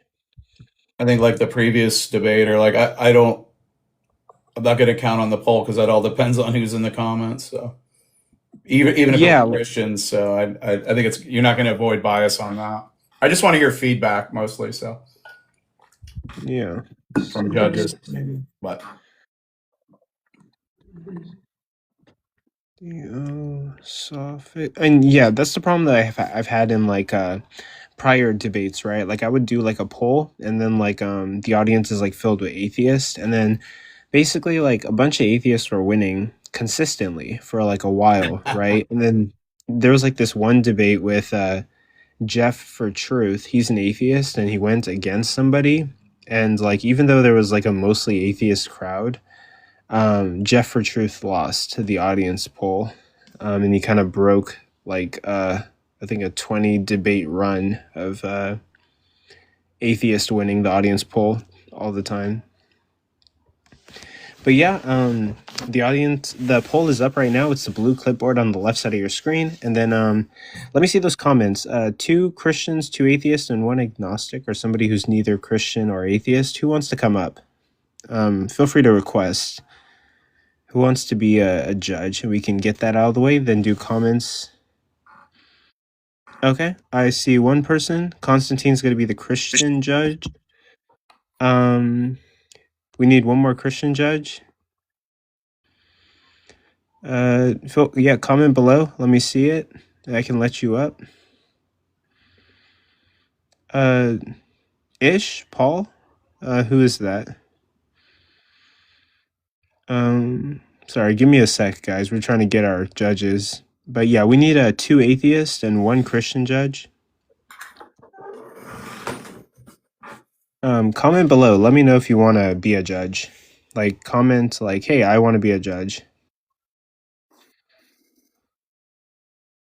No, we didn't have judges for this debate, so you can request right now. I'm picking 2 Christians, 2 atheists, and weren't you doing judges for every debate, or was that just random? Typically, the people who debate have to request it beforehand, and we typically just do audience poll. Okay. But to be honest, yeah, this is day of debates where the best ideas win, bro. Or no, that's the controversial compass. So like, you don't know. This isn't your show. It's not like you put this thing together, dude. Oh wait, hold on. Wait, what 2 atheists want to judge? What 2 atheists? Bring up Hatim, man. Oh, Hatim, you want to be a judge? Just make him. Just tell him to do it. Just force it. I mean, only if he wants to. I mean, but no. So I run a page called The Controversial Compass, a space where the best ideas win. This page is Day of Debates, debates that entertain and educate. But okay, I'm just gonna I'm gonna. Hope you're doing well. I was just curious, how in depth do you want this to be? Do you just want us to say the name, or? Give a couple critiques or comments on the debate, and I mean, you can make it as short as possible and say who you think won. Hatim, I'm gonna have you be a judge. I'm just gonna pick an atheist because we do have to get going. But who wants to? And then like, I need an agnostic. Do we got any agnostics in there, or anyone who's not Christian or not atheist? Yeah, someone who just suspends judgment on their worldview. We want them up here as a judge so they can not suspend. Like, how's that gonna work? I mean, I'm technically that. Let's see. Oh, Flunser, you want to get up here? Yeah, I'll have you. Yeah, Flunser, get up here. But let's see. I thought I invited him. But Braden. Oh, I was about to say Braden. Yeah, you can come up here. But yeah, we need 1 more atheist and 1 more agnostic, and then we'll be good. And then we can do the judging. Then we can do some audience questions, and then get on to the next debate. But the poll is running right now. It's the blue clipboard on the left side of your screen. But Pokey Bear, do you want to do it? Did you watch the entire debate? Sorry, give us 1 sec. Here, let me see. All right, okay. People are saying bring up equality, so sure. Equality. What's your belief? Identity. I'm an atheist. Okay, cool. And then yeah, we need an agnostic, and we'll be good. We just need 1 person that's like agnostic or like neither Christian or atheist, and then we'll be good. No, is Flinser down there? Yeah, Flinser request. Oh, yep, he requested. Okay, cool. We're good to go. Flinser? Okay. Give me 1 sec. He's connecting. He's like connecting, but he's not quite there yet. Turn on your camera. That'll probably help. But like, point it at like the floor or something, and then because TikTok glitches. So if you just turn on your camera, turn it off, it helps you connect onto the panel.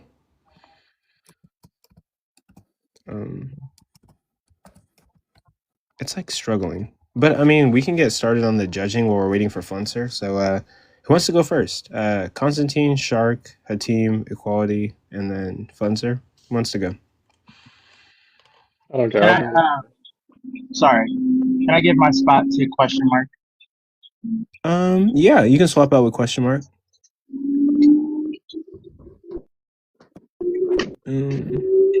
Let's see. Okay. And then I just got the poll results. And then I'm swapping him out with question mark. Who's question mark? Oh, I'm just a team's friend. Oh, question. Okay, so you're an atheist, right? I generally, I lean toward atheism.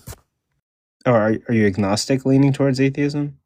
I mean, yeah, but I will take a strong atheism position given that, like, I don't know if you experienced this, but if I ever say, well, I'm agnostic atheist, half the time someone starts gibberating, so I just have to pretend I'm a strong atheist.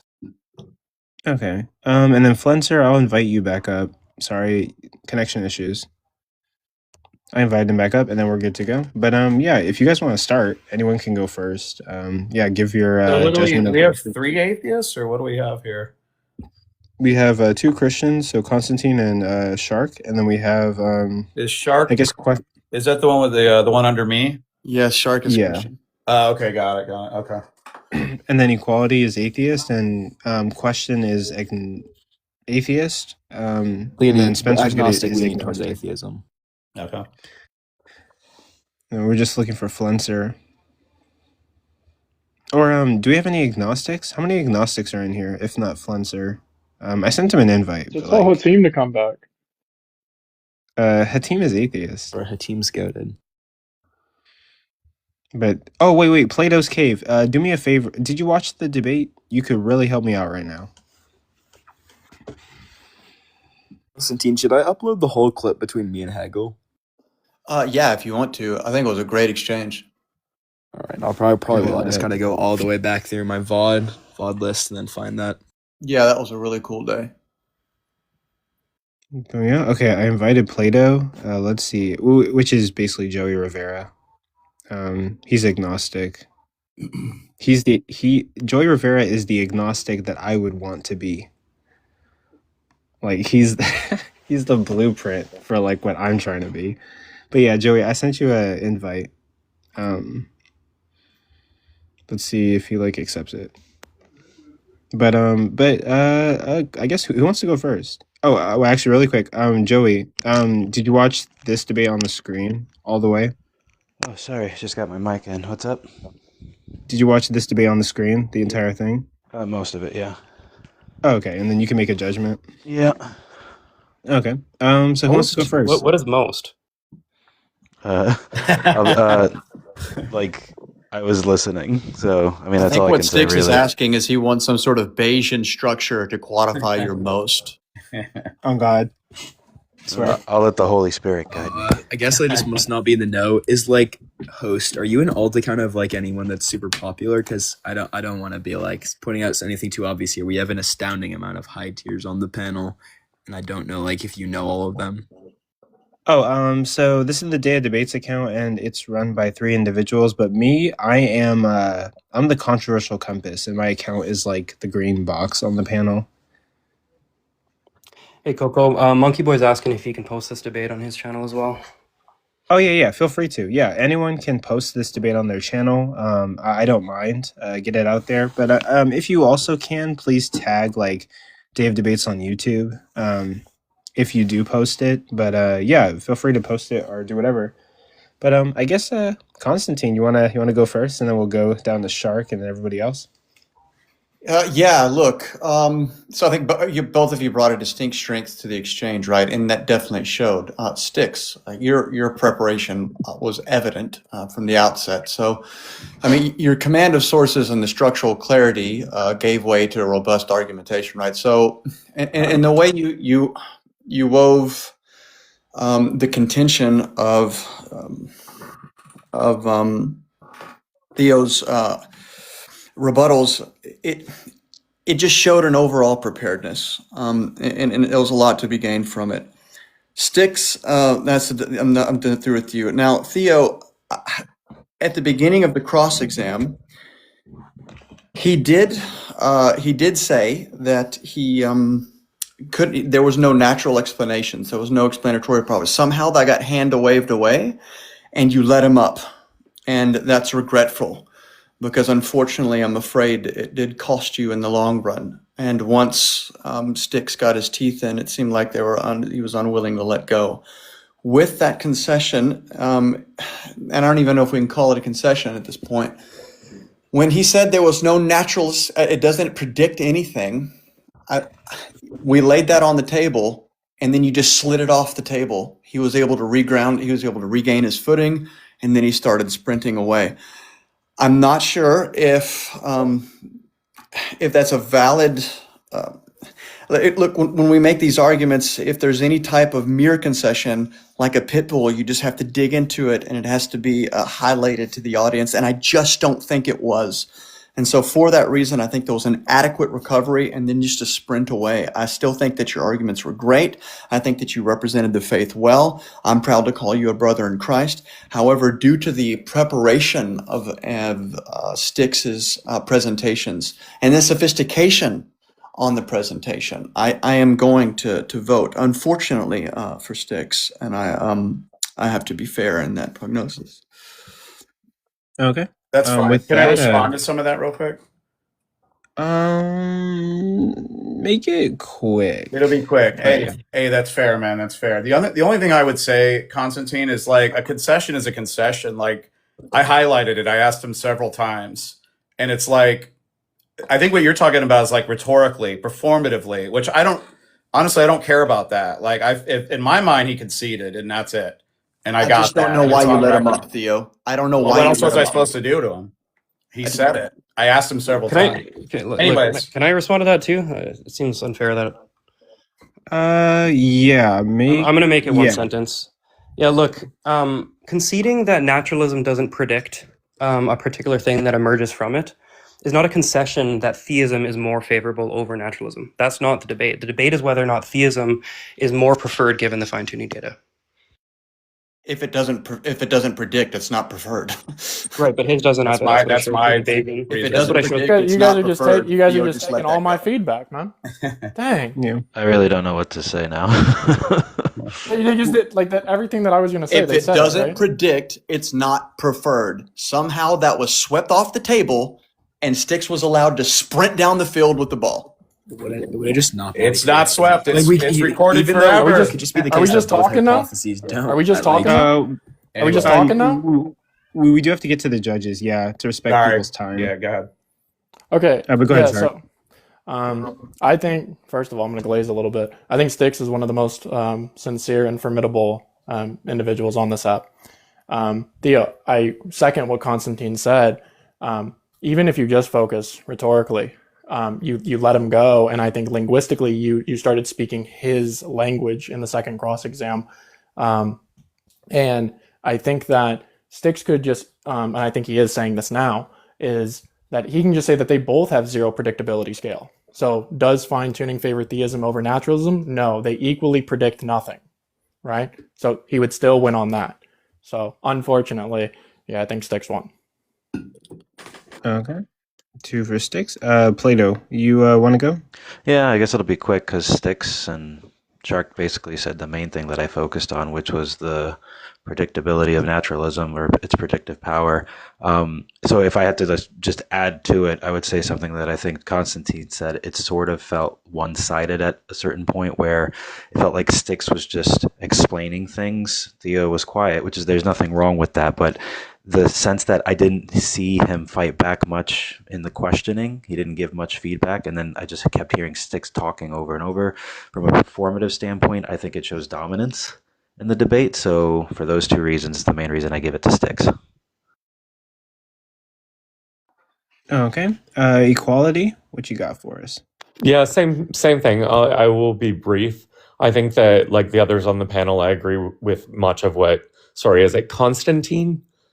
Had said.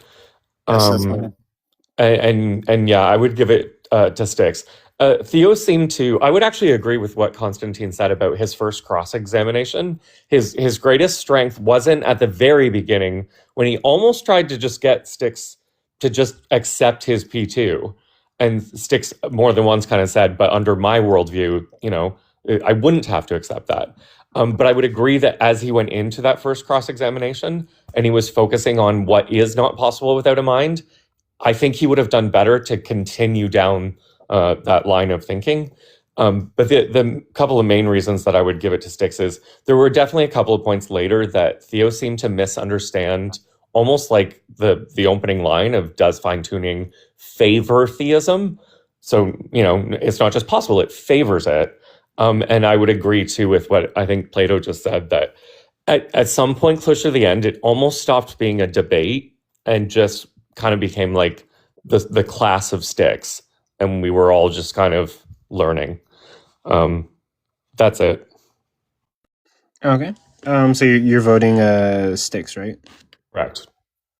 All right. And then a question. What you got for us? I mean, unfortunately, it's always fun to try and play devil's advocate, but I don't really want to just go against the crowd just to. I'm gonna have to say I agree with all the other judges' responses. Now, one little thing I want to say is that I think it was Shark who said that, I don't remember, that yes, they can just both expect fine-tuning at 0, so they're not going to favor it over each other. So even if fine-tuning is expected 0 under naturalism and it's also expected 0 under theism, it's not really conceding the debate. It's just saying they don't expect it at all. But yeah, I'm going to have to give it to Styx, all the other judges did. Okay. With that, I think both contestants did a very good job. We're very studied. And Amazing job. Amazing job. Yeah, we're quoting stuff that I was new to, right? But Styx, congratulations on your win with a 5/5 judge vote. And absolutely. And tomorrow I will be posting the audience votes for all of the debates, but congratulations. And we'll be posting that later. A real quick announcement, and then we'll do a little bit of Q&A. But I think what I'm probably going to do for the last debate is we sort of did go over time a little bit. So the next debate was supposed to be this one. A creator is necessary for our universe. But I think what I'm going to do is push this debate to next Friday. See if Joel is okay with it. But Else or Loin, if you're in here, sorry for the inconvenience, but is it possible that we could do your debate next Friday? Definitely an earlier time, probably 6 or 7, because there won't be any other debates on the docket. But we just ran over a little bit, and then we'll just do audience comments, questions, and concerns. But yeah, sorry about that. But yeah, we'll get to comments, questions, and concerns, and then we'll just call it a night. While we're waiting for that, Theo, I just want to thank you so much. I don't know if I would have had the balls to schedule a formal debate for myself. So I appreciate you challenging me. You pushed me. I didn't know a lot of the stuff I debated, 3 weeks ago. And so you forced me to kind of step up my game and understand some things I hadn't before. And if anything, that's the best part of this. So appreciate it, buddy. Yeah, for sure, man. Likewise. Okay. And yeah, no, I think both of you did amazing. One of the top you guys were the top performers of the night. But with that, we'll get to audience comments, questions, concerns, and critiques, and then judges, if you have anything else for us, let us know. Otherwise, I'll drop you from the panel and we'll keep it moving. I get about 5 minutes if that's okay. It's super late here, but for the comments and critiques and all that stuff. Also, I bet Hatim would have voted the same as me. So, even though he left, I don't think it was too big of an issue. Yeah, but and Theosophical, if you have to go because it is late, that's totally fine. Okay, I mean, I'm open if anybody wanted to hop up or whatever. I'm not sure how you do that. Oh yeah, I guess we got 5-10 minutes, 5 minutes. But if you guys want to come up, ask any comments, questions, concerns, or critiques, feel free to. I'll bring Pokey there. Yeah, I can hear you. Go ahead. Well, I just wanted to congratulate the debaters. You guys did I think it was a very entertaining round. I think I learned the most from this debate than any other debate I've watched, for sure. And I think you guys did well rhetorically on both ends. I do think something that stuck out to me, like things that stick out to the audience, I think, are like the dagger questions. I think Sticks had a dagger. I was curious on Sticks why that kind of question wasn't levied earlier, like the bare theism question, about what do you expect. Yeah, I mean, it was kind of. Here's the thing with Bayesian inferences. This is not an easy domain to understand, and if you're not looking at the arithmetic, if you're not understanding kind of like the conjunctive penalties, the implications of like the likelihoods and the constraints and all these things, it's kind of difficult to wrap your head around. And so I was trying to keep it intuitive for the audience as well, and to not get too caught up in the deep Bayes stuff. But that was a critical point, and yeah, maybe I should have introduced it a little earlier. Because I felt like that was just a nail in the coffin. Like when you asked that, there was like 15 seconds of silence. I, I was all over the comments like, "Whoa, what's going on?" And Theo, how were you feeling when you were asked that question? Which one was it? What were your thought process? Which question was it? I forgot what it was. Specifically about the bare designer Sticks. What was it? Do you remember? Well, the question that we kind of got stuck on was whether or not the bare design hypothesis entails a creator that would entail or create a universe like ours with life permitting conditions, or if the probability space is divided between, based on the not inequality, sorry, the indifference principle. I think as you asked it, I think I remember what you asked. It was something like, why is it expected under bare theism that you would see a world like ours? Is that the question?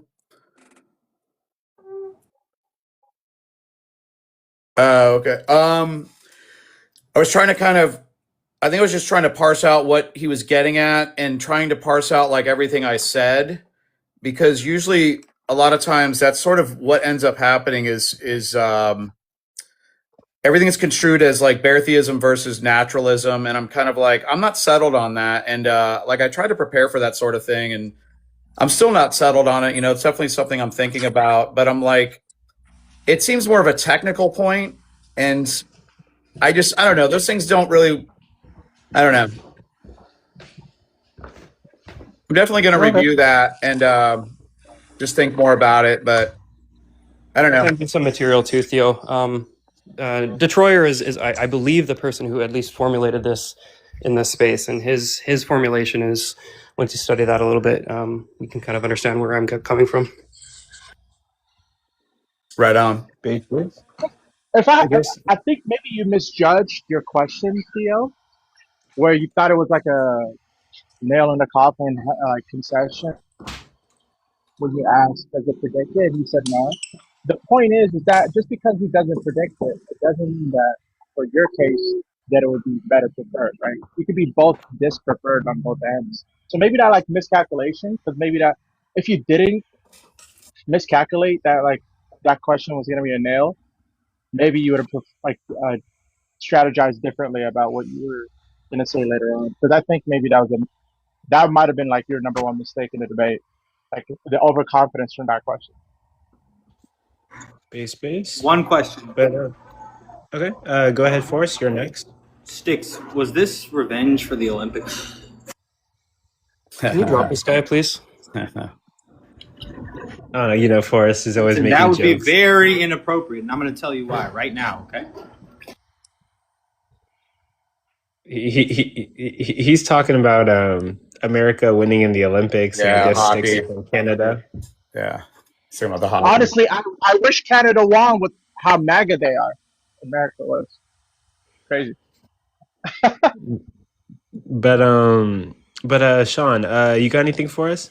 I just had I had a question, and if it was explained earlier in the debate, I only caught the back end of it, so I apologize if it was explained before. But I hadn't studied Bayesian probabilities before, but I was able to pick up on what Stix was explaining. Basically, if you establish that a Schmurder happened, there's a 49% chance it's male, assuming that's the gender makeup or what have you. But then if it's a male and a blonde, you kind of cut it down or what have you. For both, actually, how do you establish, if my understanding is correct, if it's not, please let me know. How do you establish Bayesian probability with something that has zero priors? I would just be interested to know that. So when you're doing prior assignment, you typically invoke like the principle of indifference. So bare design and naturalism have the same explanatory power, and the like a priori antecedent probability is just distributed at least 50-50. So that's the prior, but the second constraint, actually, on the likelihood, is actually the one my opponent should have pressed on. But the probability of seeing life given bare design does not exceed the probability of life given naturalism. And the motivation for that is just that a bare designer doesn't tell us anything about the intentions or motivations or disposition of the designer, and so we can't generate any novel expectations about the type of world that would obtain.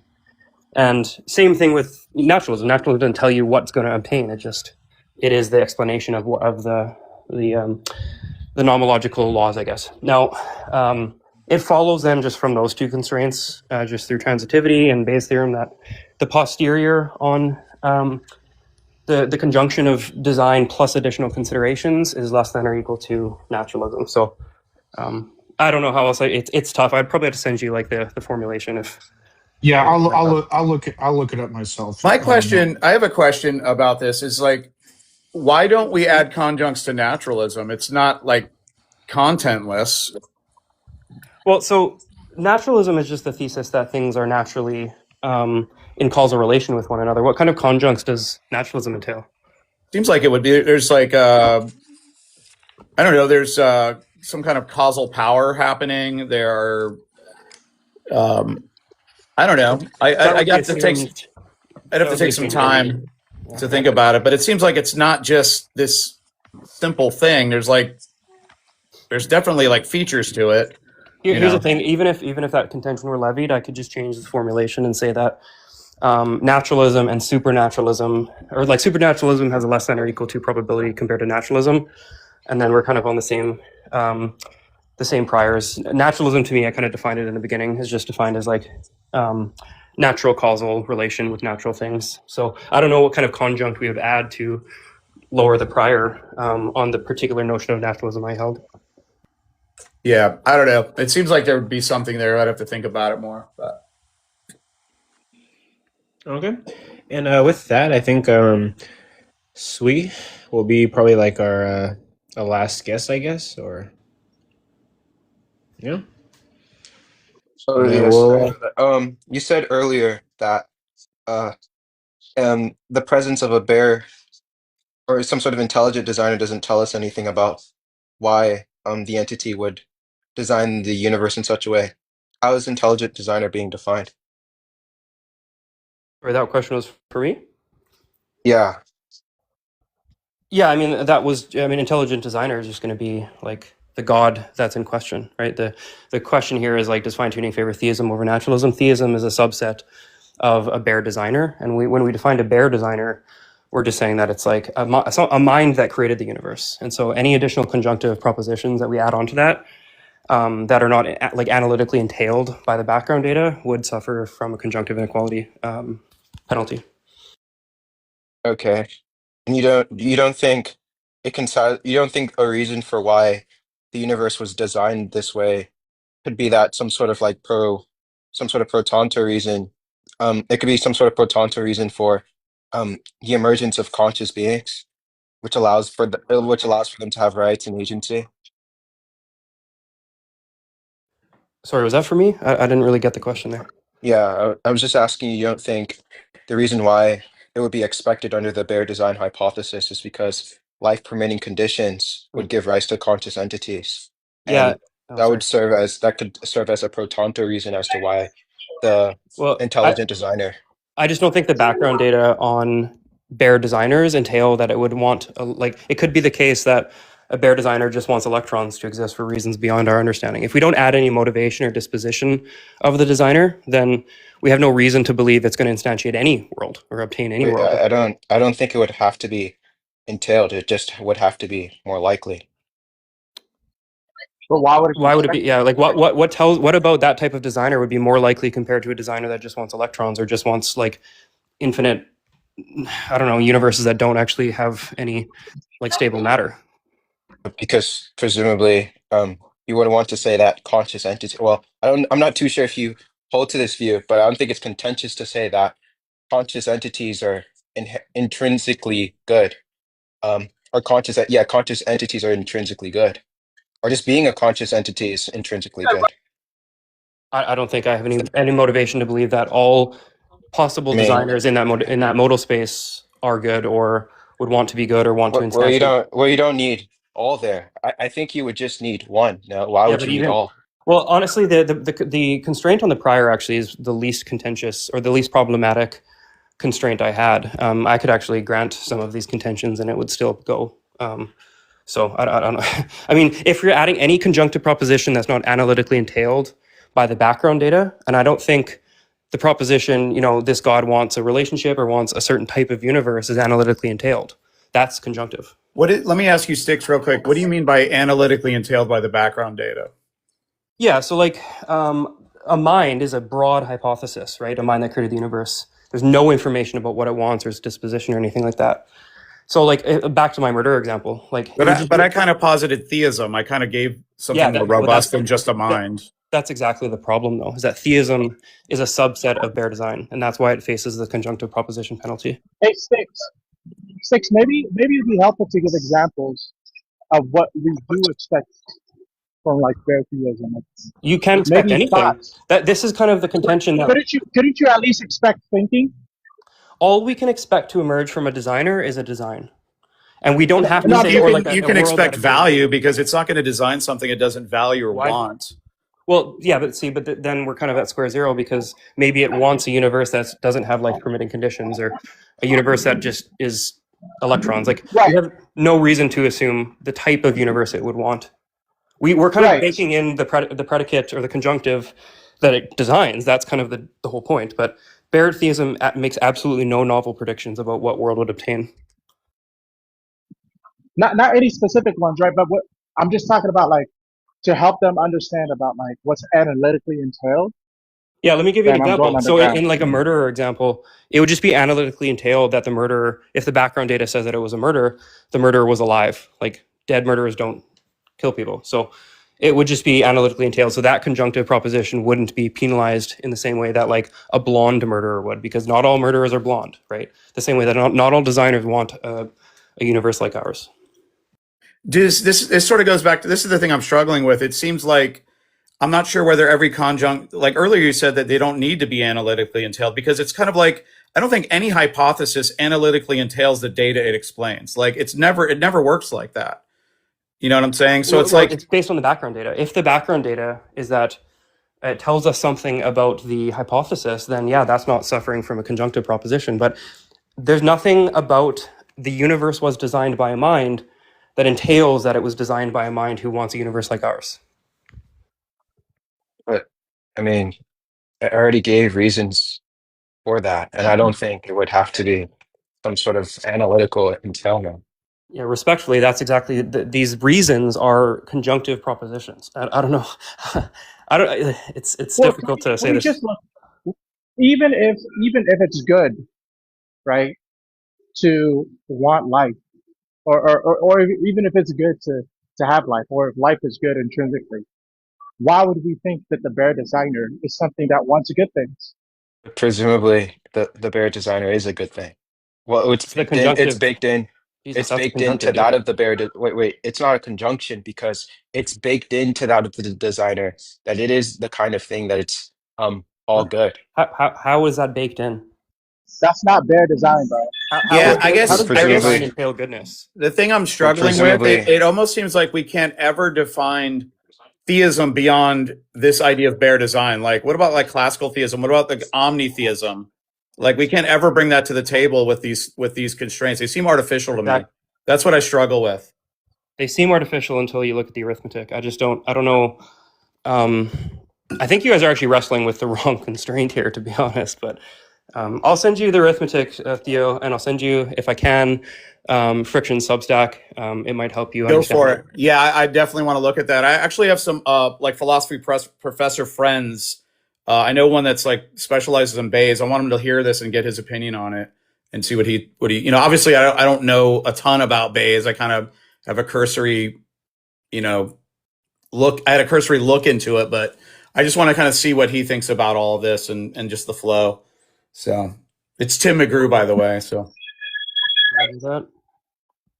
Okay, guys, I can't stay on much longer. It's getting a little late for me. I gotta go too. It's super late.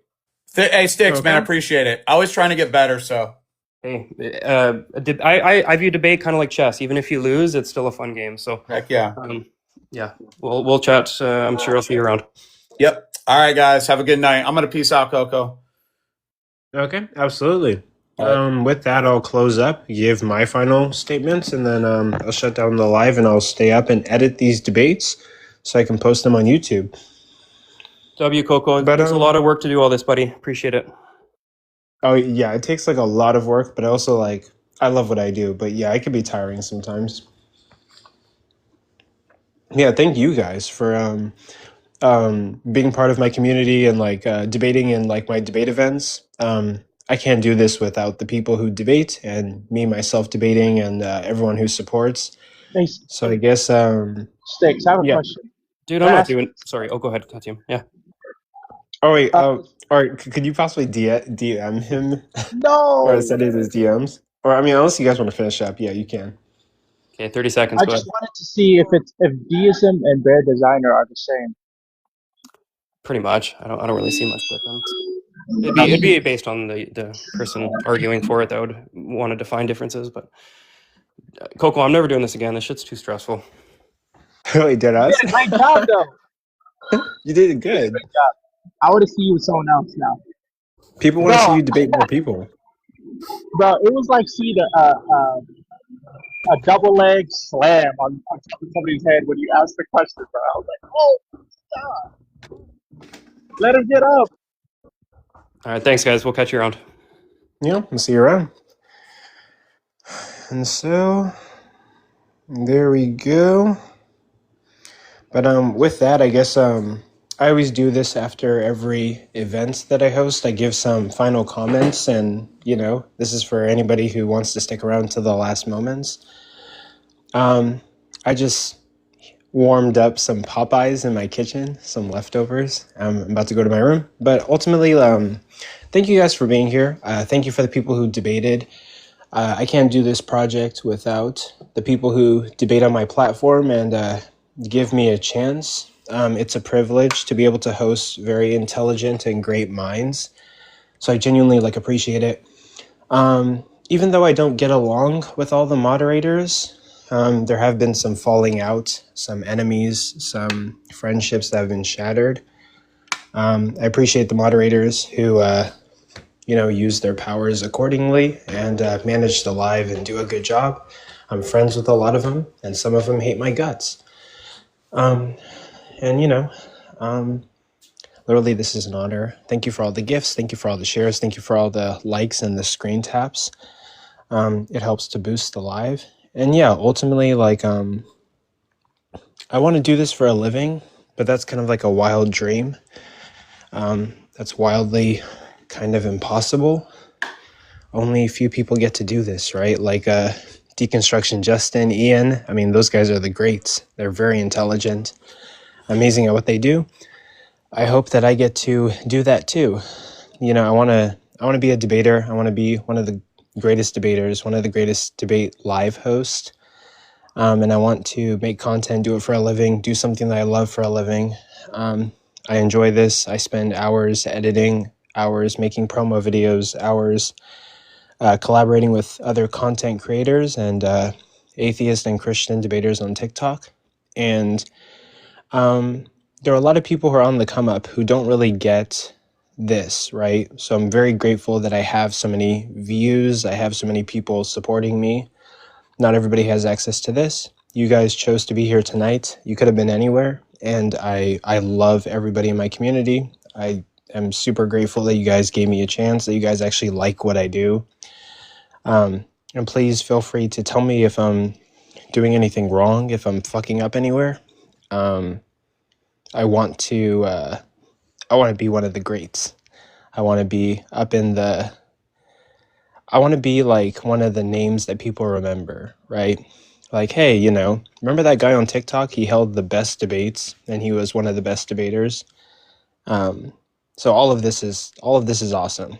Interacting with all of you, working with all of you, hosting these debates, having these events. This is awesome. I want to do this. I love this. And that's all I got to say. You know, I can't do this without you. So thank you immensely for giving me a chance, for being here, for commenting, and for loving the projects that I put out and put so much effort into. And I guess with that, that's kind of like my final words. And also, like, the comments were making me laugh throughout the entire debate event. The comments were incredibly... You guys were killing me, bro. The comments were funny as fuck. But with that, thank you guys. This is Day of Debates. Debates that entertain and educate. This is a project being contributed to by me, AR1115, and OG Kylo. And as for who I am Mr. Coco of the Controversial Compass. My profile is up here on the panel. I host debates, I debate people. I hope to one day make that thing a company, the Controversial Compass, a space where only the best ideas win. And with that, good night, everybody. And I love all of you. I love our community of Christians, atheists, debaters, philosophers, conversators. Remember, every single one of you is bright. Every single one of you has something to offer. And it is an honor for me to host a space where I get to see the amazing input that you guys give to the world. I get to see the sparkle in your eyes, and you guys teach me so much, and maybe I teach you guys some things, and it's an honor to be around you guys. Never forget, everybody that's watching, that you have something to contribute to the world. You have something. The world needs you. The world wants you, right? You are very important. Your contributions are very important, and the world is beautiful because it's a melting pot of different ideas, cultures, and ideas and lifestyles.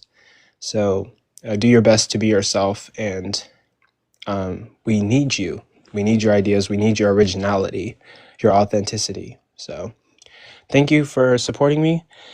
And with that, I'm going to close out the live. So thank you guys. I hope you guys have a good night, and you might see me around. I'm going to be in other people's live streams, and I'm going to edit this live and get the videos out as quickly as possible.